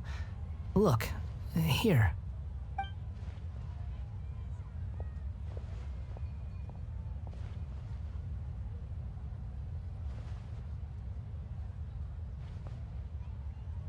Hey! Hey, wait! You mean me? No, not you. That kid. Didn't you see? Little rascal grabbed my last 2 fresh Sunsettias and ran off. Look, if you're gonna help out here, you can't keep spacing out, okay? What is it? Work's too boring for you? Or has the big city got too many distractions? I wasn't paying close enough attention. Sorry, boss. I think you're right. Maybe it's the city. It's so exciting. It can be hard to focus. Who's that guy? You know him or something? He's who? You're a strange one, kiddo. You say you don't want any money for helping out here, and then when I actually give you some work to do, you keep letting yourself get distracted. I don't want to take advantage, so I'm happy to pay you what I'd pay anyone else. But if you keep acting like this, pretty soon I won't be able to afford to. No, please. I mean it. You don't need to pay me anything. I'm just so thankful you agreed to take on an outsider like me. You're welcome, I guess. But I got bigger things to worry about. Look, we're all out of Sunsettias, and I promised the lady down the street I'd deliver a fruit bowl this evening. Leave it to me. I'll find some more.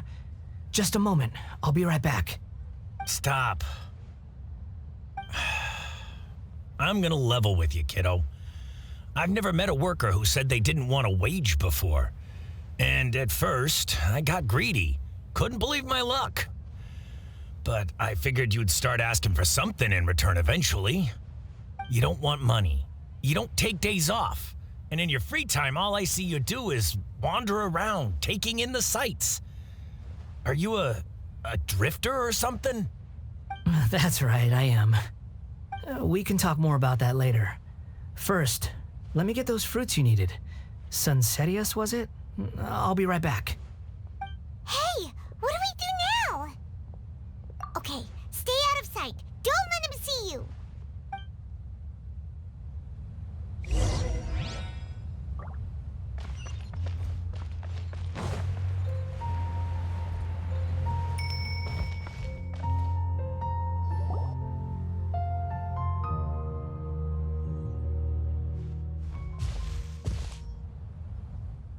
Yeah, this'll do. Even though you say he's the balladeer, what are we planning on doing? Stealing his Sunsetius? Isn't that a bit too cruel? Oh, all right. This should be enough. Guess I should wash them before I take them back.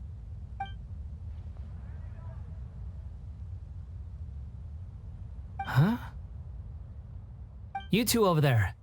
Is there something I can help you with? He spotted us! You've been following me all the way from the city. I'd have to be blind not to notice. Have we met before? No, we haven't met. But you know me?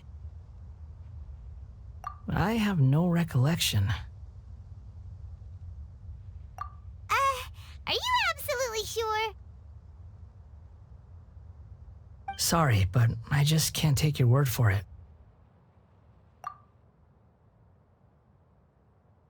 A puppet? What makes you think that? Huh? You were right! The look on his face! I guess you do know me after all. That is not something I share with a lot of people. Look, I'm just a wanderer. But seeing as you've gone through all this trouble to track me down, I'm sure whatever it is must be important.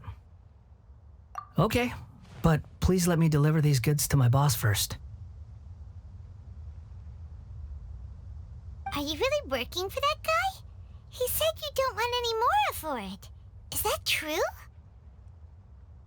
Yes, I ran into him out in the wilderness during a storm, and he let me take shelter in his cart. In return, I said I'd be his helper for a while.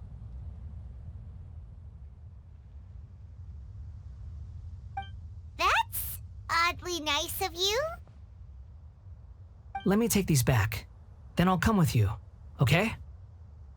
Then let's return to the city.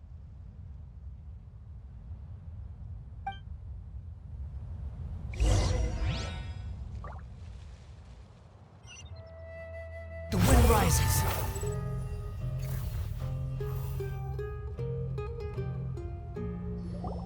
Here you go, boss. I'll leave them right here. Oh, you really went and picked some more. Who are these two? Something's come up, and they need to borrow me. Sorry, boss. I'm afraid I'll be away from the stall for a while. I was just about to pay you anyway. Go wherever you want, kid. Don't waste your time here. What? I get it, okay? You just wanted to help me out, to thank me for giving you shelter from the rain that day. Even then, I don't understand why you're so adamant that you don't want any pay for it. But look, it was pouring down, and there you were, sauntering along without a care in the world, like you had nowhere to be and didn't even care that it was raining. Imagine you were me for a second. It's a little weird, right? Why is this guy traveling during a rainstorm if he's not trying to get somewhere? And why is he taking a shortcut through the open country if he's not even in a hurry? But anyway, taking you in didn't put me out even slightly. You don't owe me a thing for it. Certainly not all this.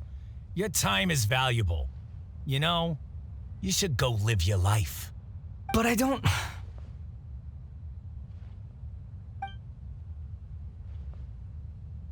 No, you're right.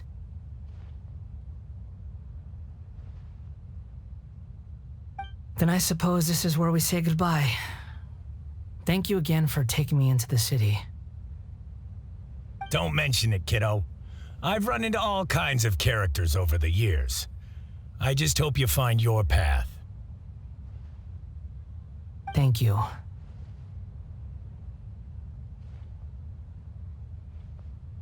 All right, done.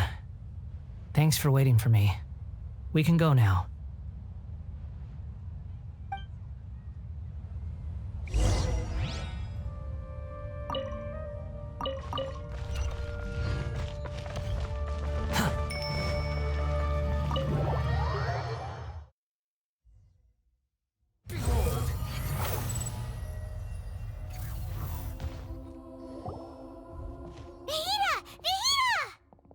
What's wrong? Huh? Are you? Hello. I do apologize for the sudden intrusion.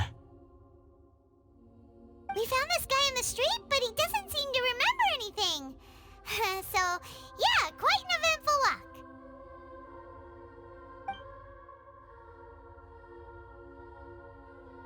You say that you are trekking across Teyvat to train yourself. Many other Inazumans who describe themselves in this way call themselves Shugenja. Why do you refer to yourself as a wanderer? Well, it seems more relevant in my case. To me, it sounds like a plant with no roots. But these two claim that they know me, and that I have a hidden past unknown even to myself. I wouldn't call it the past, but rather... this is a difficult one to explain. I don't like to rely on using terms like this often, but in your case, it seems that it ought to be called a previous incarnation. Oh, like a past life or something? Yes, something far more distant than the past. So far away that you cannot perceive it. Okay, I have to ask. What was I like in my previous incarnation?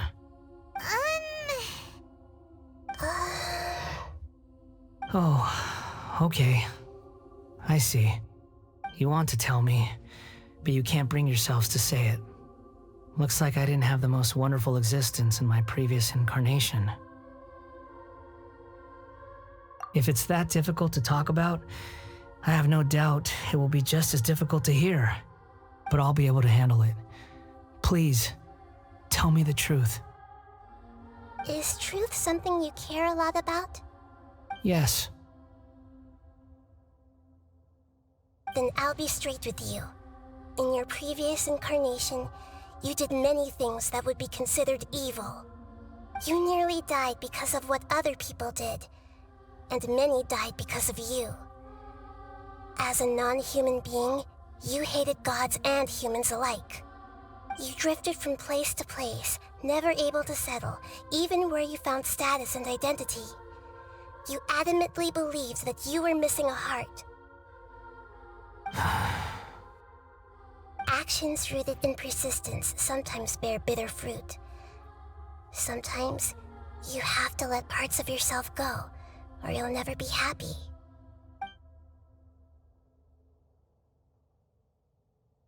I gave everything I had, but it barely changed history at all. In terms of the outcome alone, that's true. I don't think I can judge everything I've heard purely in terms of right and wrong. Each choice a person makes belongs to a specific place and time, a chain of cause and effect, a cycle of karma and consequence. That is the nature of truth. If one thing is right, its opposite must be wrong. And yet, dichotomies like this are not enough to explain the world in all of its complexity. It seems like my previous incarnation wasn't the most likable individual. We're not trying to hurt your feelings or anything, but yeah, we weren't your biggest fans. If we were enemies, why are you trying to help me find the truth? This is so frustrating! This guy's supposed to be our arch enemy, but now he's just some random stranger we met on the street! He's got so much to answer for, but we can't make him talk because he doesn't remember anything. What a weird situation. Lesser Lord Kusanali, as the God of wisdom, I trust that everything you told me must be true. Yes, it's all true. I can even show you the memories themselves, if you're willing. Please, I want to see them for myself. I want to experience my own transgressions. Even though it will cause your present self great mental anguish? I'm just a puppet, with no heart and no name. There is nothing in this world for me to cling to fill the void within me. Except maybe these sins that can never be undone. Very well. As you wish. Wait, shouldn't we go with him? This one's kind of on us for bringing him here.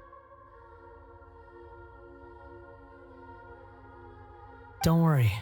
Whatever danger I might face, it's my burden to bear. Traveler, could I ask you to supervise him on my behalf? Oh, good point. Given your, unique situation, we'd better keep an eye on you. Understood. Thank you. Now, prepare yourselves, everyone.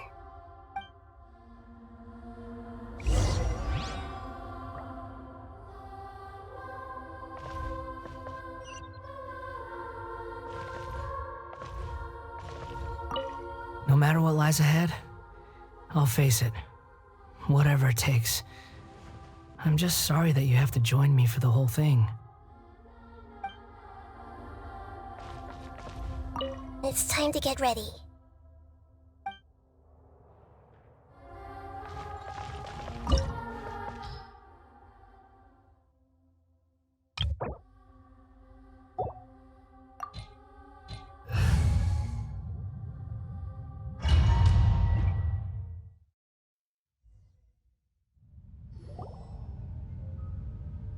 This looks like Inazuma. Right now, you're in a dream I created using information extracted from your memories. These memories will show you the raw truth, but be aware that enemies may react just like in the real world. Please be careful. Sounds like an immersive experience. It's a good thing we came along. You don't need to do this for me. I don't deserve your protection. We never give up halfway. Well, we had to once, but that was your doing. All right. Thanks. Wanderer, this is the Shake Pavilion. In your Balladeer incarnation, this is where the Electro Archon placed you after your creation. You had a great many memories here.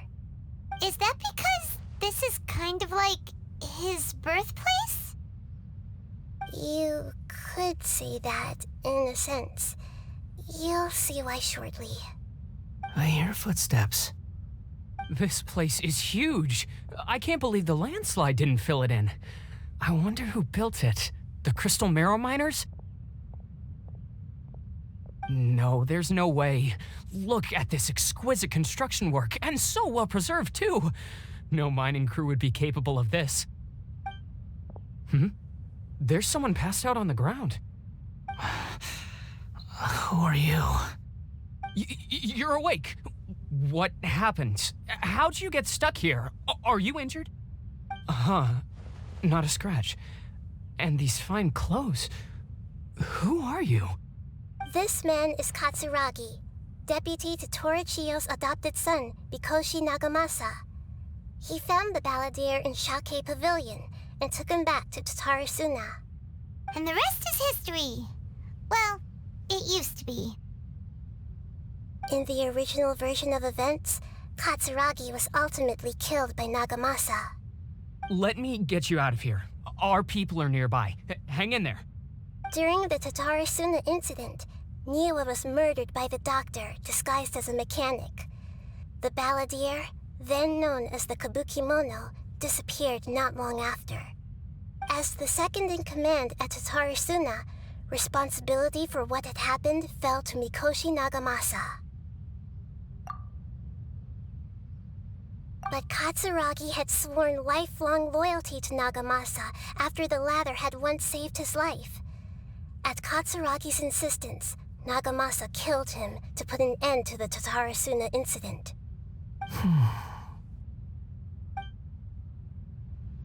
Katsuragi seems like he was a good guy. He looks like a warrior, but he has a kind face. Why couldn't he live a long and happy life?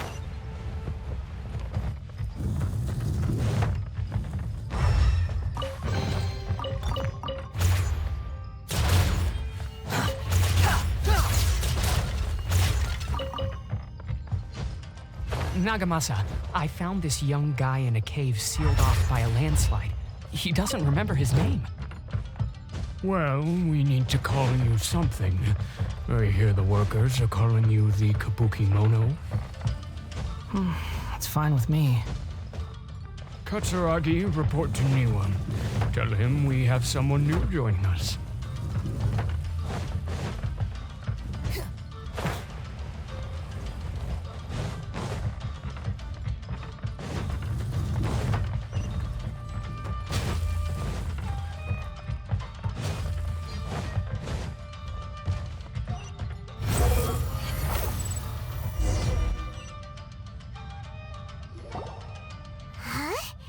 What are we doing back here?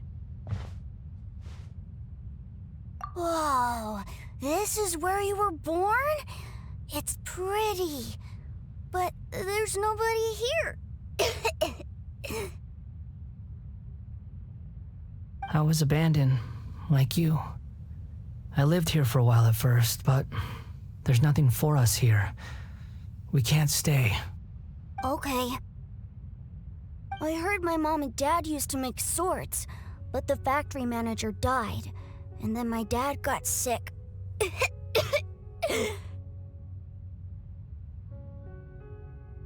He kept coughing all the time, just like me. Then Mom started coughing too. But you can't. You promised me. Yup, we're family now. We're gonna be together forever and ever. This child didn't have a name. Or rather, the balladeer didn't know what to call him. His father died before he could name him. After his mother died, the child stayed in their straw hut alone. Some of the neighbors helped to raise him. After leaving Tatarasuna, the balladeer ran into this child who didn't have a name, just like him. They made a promise to live together. What happened to the child then? He died from his illness while he was still very young. The balladeer came home one day and found that he had stopped breathing. Hey! What's wrong? Say something! You promised me we could be family! You're no different from Niwa and all the others. You betrayed me too.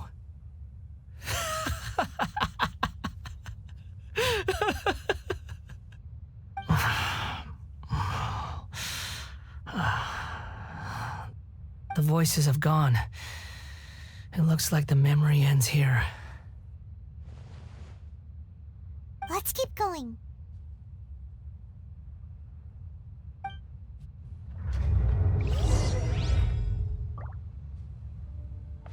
Squall Fury!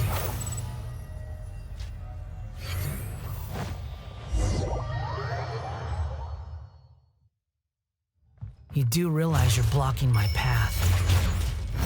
I come not to obstruct you. I've been waiting.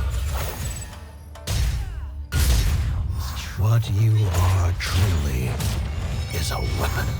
One that could be wielded with an iron will. Or you could continue to drift aimlessly. Are you trying to win me over? Long-hated rebellion has begun. Why not take your place at the banquet and join those who shall feast? This place is dark. Paimon knows this place. It's the Delusion Factory in Inazuma. In the original version of events, the Traveler once encountered the Balladeer here. Such a creepy atmosphere. And so familiar.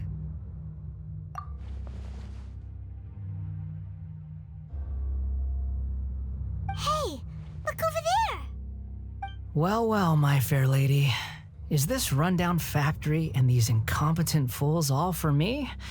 Wow, you shouldn't have. Huh. What do you have to gain from belittling your subordinates? You might not want to admit it, but you are a part of this plan. Perhaps you find fighting in the Abyss to be a more meaningful use of your time? Oh, but of course, even this pales in comparison to being experimented on by the doctor. What a sharp tongue you have. Funny how negotiating never seems to be your strong suit. For the task ahead, I suggest you keep your true feelings to yourself. Save your breath. I know what I have to do. I'm sure you think so, but I still think you need to hear it.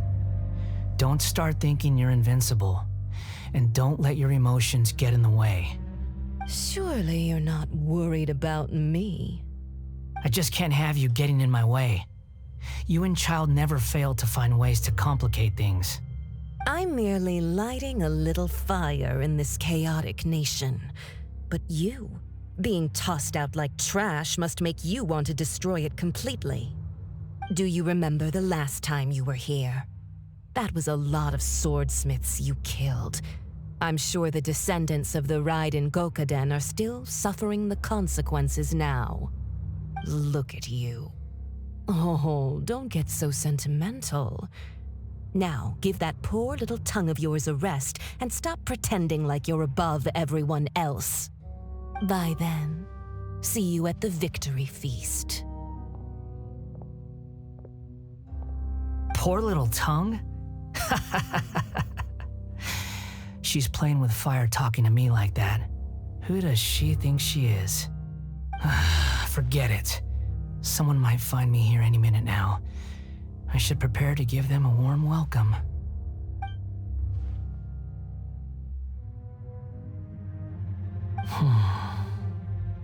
The plot does not end here. There is more of this story to come. Wanderer, are you able to continue?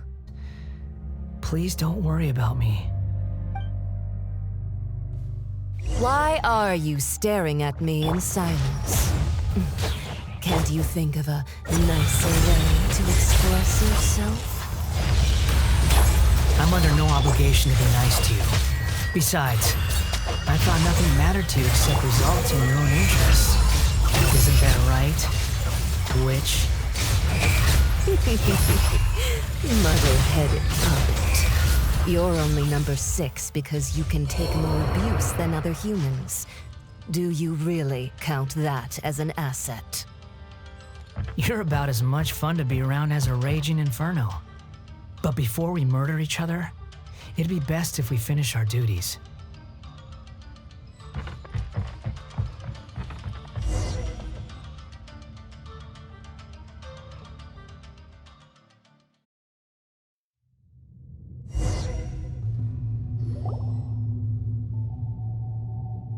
Looks like we have arrived in Sumeru. Is that? Considering that Amorta's sage, Nafis, refused to join this project, I'll take part in the experiment in his place. Welcome. I look forward to a fruitful collaboration. When do we start? You seem impatient. You should know that becoming a god is far from a trivial affair. The biological transformation is a lengthy process. As such, I too would recommend that we commence as soon as possible. In the event that a successful connection is established, his body will become permanently bound to the machine, and he will be unable to move independently of it. Nothing worse than what I've been through before then, Doctor. You were the most resilient test subject I ever came across. Thanks to you, I was able to garner a great deal of information. Alas, after that, you were under orders to remain in the abyss. We barely saw each other, and it became difficult to further refine the knowledge I had gained. That was gracefully worded. Ever wonder what they think if they knew that nothing matters to you apart from your crazy experiments? I suggest you speak to me in a more respectful tone, Scaramouche. The mere fact of your utility does not make you indestructible. The doctor again? That was uncomfortable to watch. That person gives off a very sinister energy. It's normal for him to give you the creeps. He scares the bejeebers out of Paimon. Let's move on.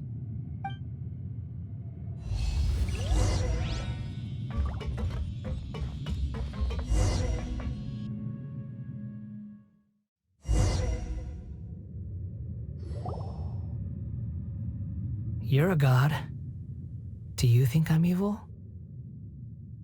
If you accept that he is you, just as you are you, then yes, you are evil. In your eyes, are there any differences between humans and puppets?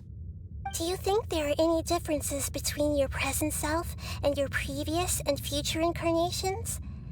If not, then what are the differences between humans and puppets? Whoever has tasted the joys and sorrows of life in the human realm is human. Whoever has loved and lost, cried with grief, howled with rage at the tragedy of death that eclipses the miracle of life, they are human too. I've seen enough of my past. If possible, I'd like to reclaim the sins that are mine to bear. No matter the consequences, I won't run from blame or punishment. Whatever I am due, let it come to pass. Can you return my memories to me? Huh? But won't that mean you'll lose your current identity? I've always believed that human lives follow a set of rules, with each person being a collection of past experiences. As a puppet living in a human world, my life is subject to the same rules. Regaining your memories means reverting completely to your previous incarnation. All the emotions that you discarded will return to you. Are you sure you want to do this? I've lived with a void in my chest my whole life. My creator didn't need me. And ever since I awoke, I've just drifted from one place to the next. But then I met you. And I finally realized that reclaiming my missing sins might be my one opportunity to become my true self.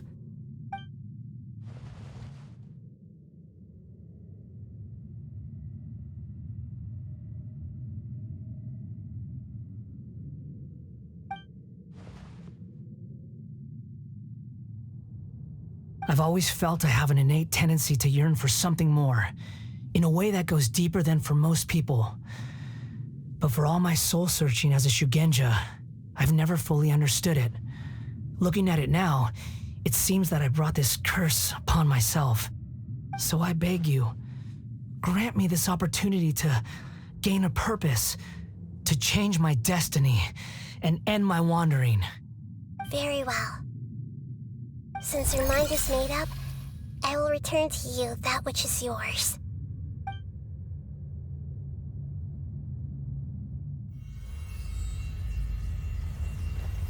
You have made your decision. Now, take this.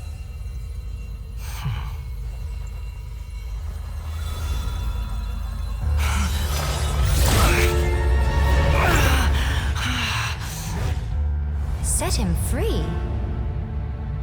A puppet? What's he doing here? You're a human as far as I'm concerned. Everyone's here. Wonderful. What a fine blade. Nagamasa will be thrilled. This is my...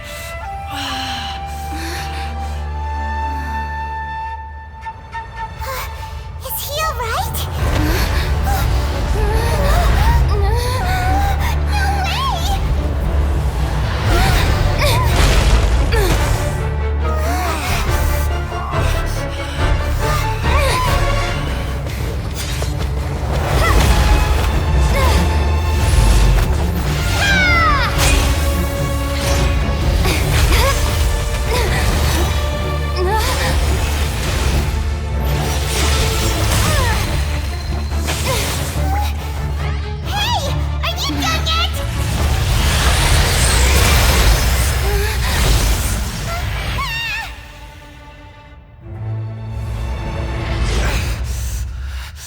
All worthless dross will be purged.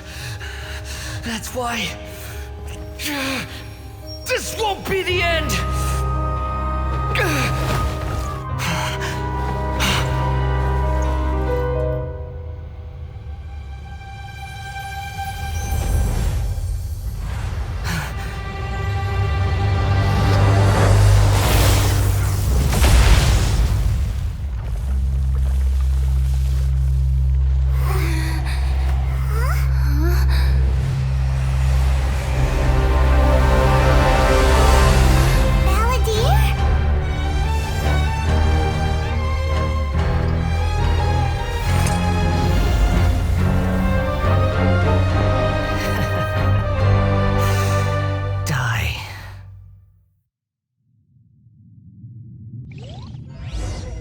This is trying my patience. Have you got any memories back now? Have you got any more stupid questions? Wait for a minute! Behold!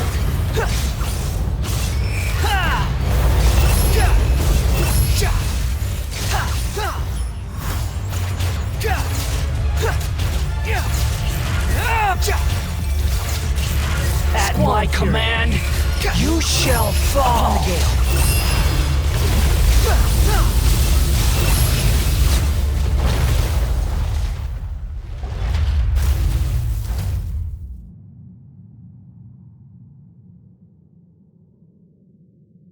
Imbecile! Get out of my sight. It disappeared. Did we win? What did you expect? I'd never lose to that. There's the tone of voice again. You're definitely back to your old self. Wait, but it was you inside that thing too. What have you got to be smug about? Sorry. I'm harsh on myself and everyone else. Just the way I am.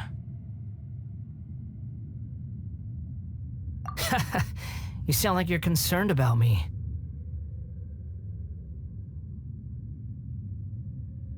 But don't worry. Thanks to you, even if I didn't change a thing, at least I now know the truth. The memory recovery seems to have been a success.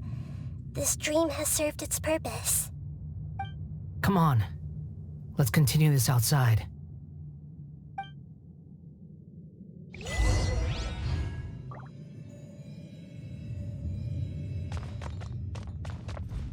The wind rises.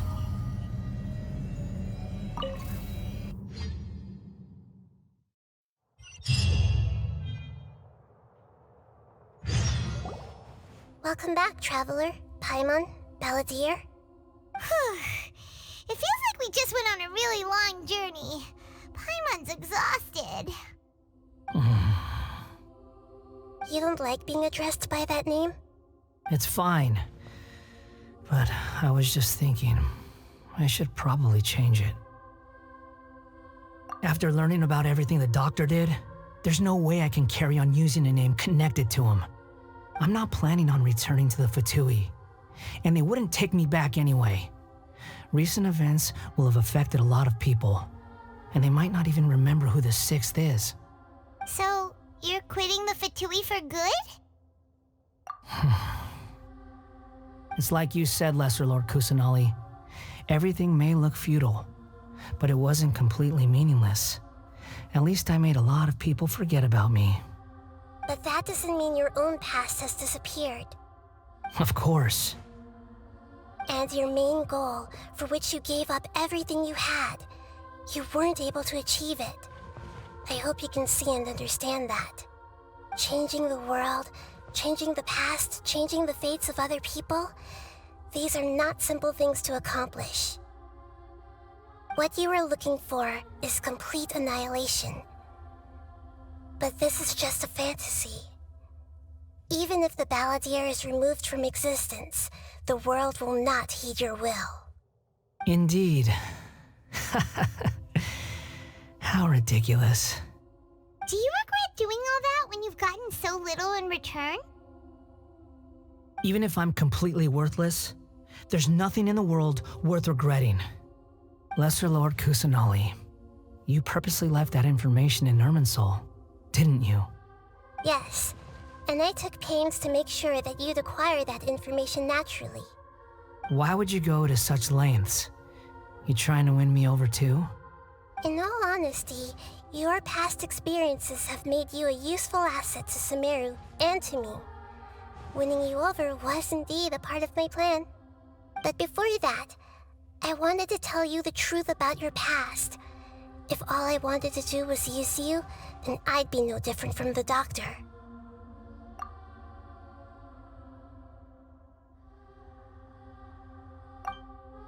Very clever. I guess you could say that's one of my virtues. Utility to others is what gives me worth. So if embracing my sins is what it takes to make me useful again, so be it. Oh right, I almost forgot. You're the good guys. You're into justice and all that. Sorry if I have a slightly different perspective on things, but I don't feel like I've been duped. The wisest leaders are fated to end up with the best helpers. I can live with that. I'm glad you're able to think of it in that way. Traveler, in the future, I'll continue to search Irminsul more deeply and see what secrets can be uncovered, including the beginning of your twins' journey recorded in Irminsul. What exactly happened before and after that point? I want to know as well. I will try. Traveler. After I dove into the information torrents in Irminsul, why did you go to Inazuma? So that's how you found out whose fate had changed. And how?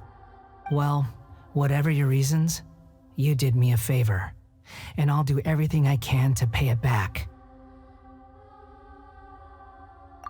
Borrowing and returning are the only real relationships between individuals. I'll balance the books one day. Don't you worry. That's not true. A relationship between two people is not simply a ledger that can be reset to zero. I think deep down you realize this. People who show up in your life don't just evaporate like water drops and leave nothing behind. There is no such thing as balancing the books.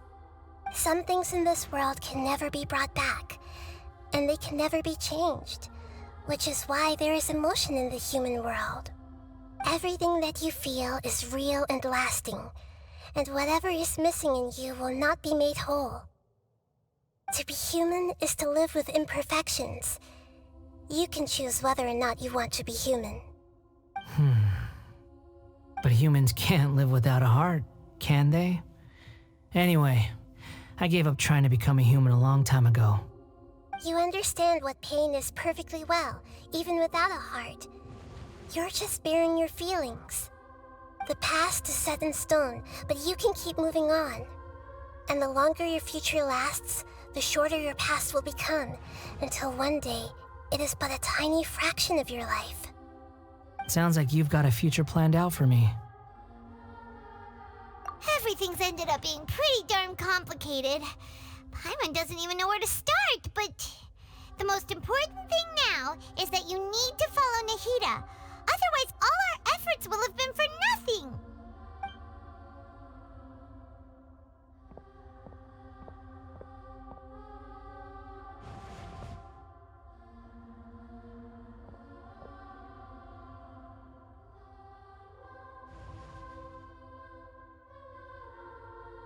Then I guess I'll be helping you from behind the scenes from now on. I'm glad that you've accepted our proposal. Why don't you choose a new name to celebrate? Ooh! Paimon wants to pick an ugly nickname for you, too! Why? Because Paimon still doesn't like you that much. Then I hope we don't see much of each other in the future. A name is life's first gift. You didn't say it out loud, but I know that's what you're thinking. The Traveler and Paimon have helped you a lot. If you can't decide on a new name, maybe you can ask them for ideas. No! Paimon only does nicknames! If it's a serious name you're after, it's all yours.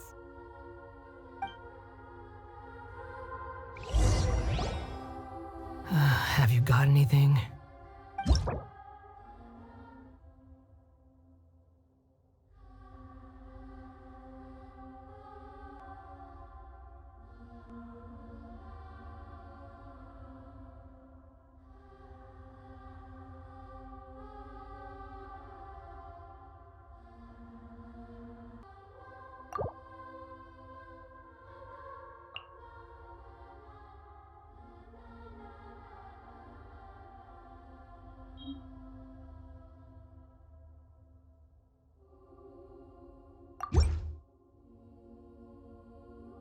Are you sure?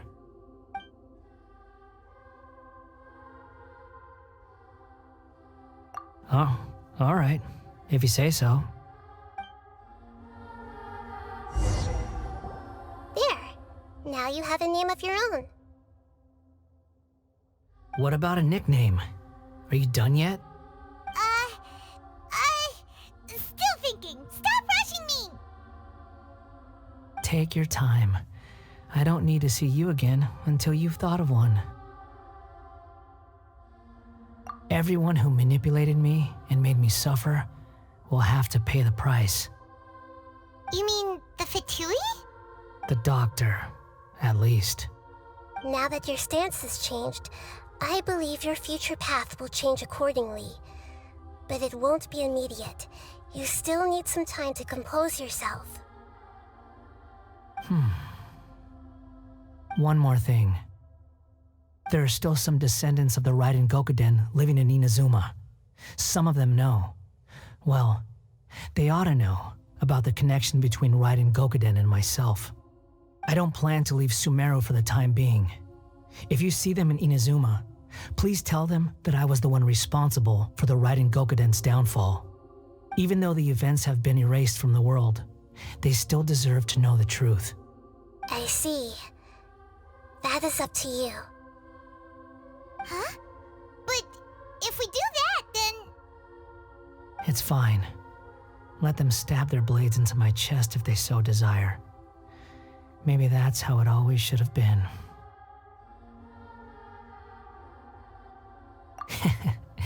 No nonsense. I like it. All right, let's call it a day. Goodbye, wise deity. And you too. He's gone. What he went through today would have been like living an entire lifetime in an instant. He'll need some time to calm down. Yeah, true. But even so, after everything that's happened, he doesn't seem quite as fierce anymore. So we can finally go eat? Paimon is starving. Thank you both. I hope you will find somewhere nice to go and relax for a while.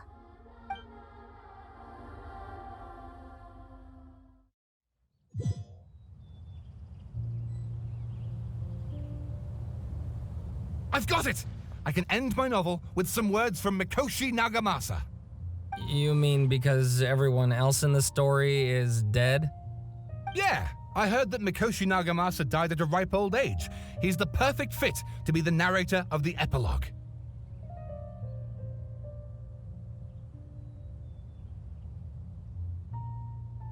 The dark clouds had dissipated, but they continued to cast their shadow in Mikoshi Nagamasa's mind for decades to come. Then, one night, as an old man, he had a dream.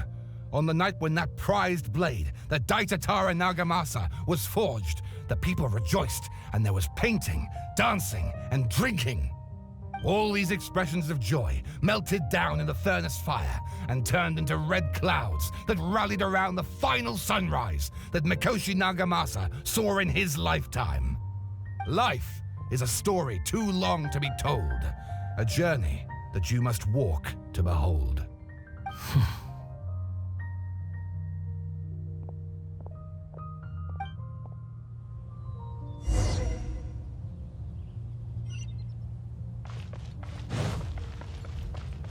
Akaba, thanks for inviting me to research together. Of course, Sawada. Your creativity has been indispensable to me. Without you, I'd have scratched my head bald by now.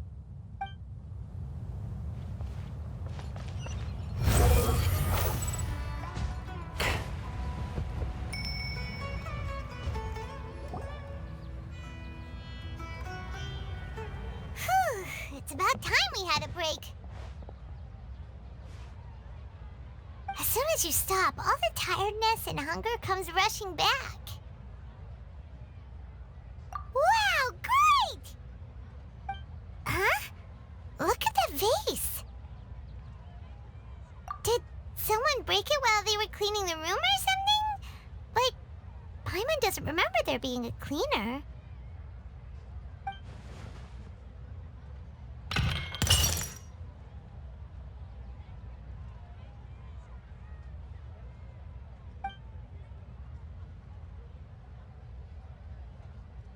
You sound lost and confused. I know why you are troubled. Any who knew of this would find their mind overwhelmed. Huh? Is there someone here talking to us? Unfortunately, the fate of Tevat cannot easily be changed. Perhaps a god may have a slim chance, but for anyone else, who can say? When a small animal runs into a tree trunk, though the tree may sway, it is not displaced. The same is true of fate, like a vase that falls to the ground. Whether it is broken by a cat or by a bird, the result is still a broken vase, is it not? Who are you? How do you know about all this? History does not change easily, but human hearts can. Believe your own eyes. Only that which you see is true. What is unseen is but an illusion.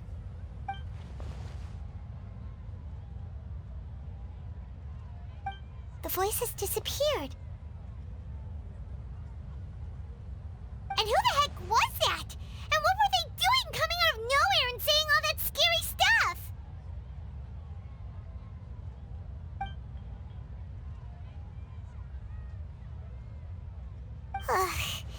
Anyway, that vase is still lying there broken on the ground. Should Paimon go get someone to clean it up? It feels wrong just leaving it there. Just a moment. Paimon will be right back.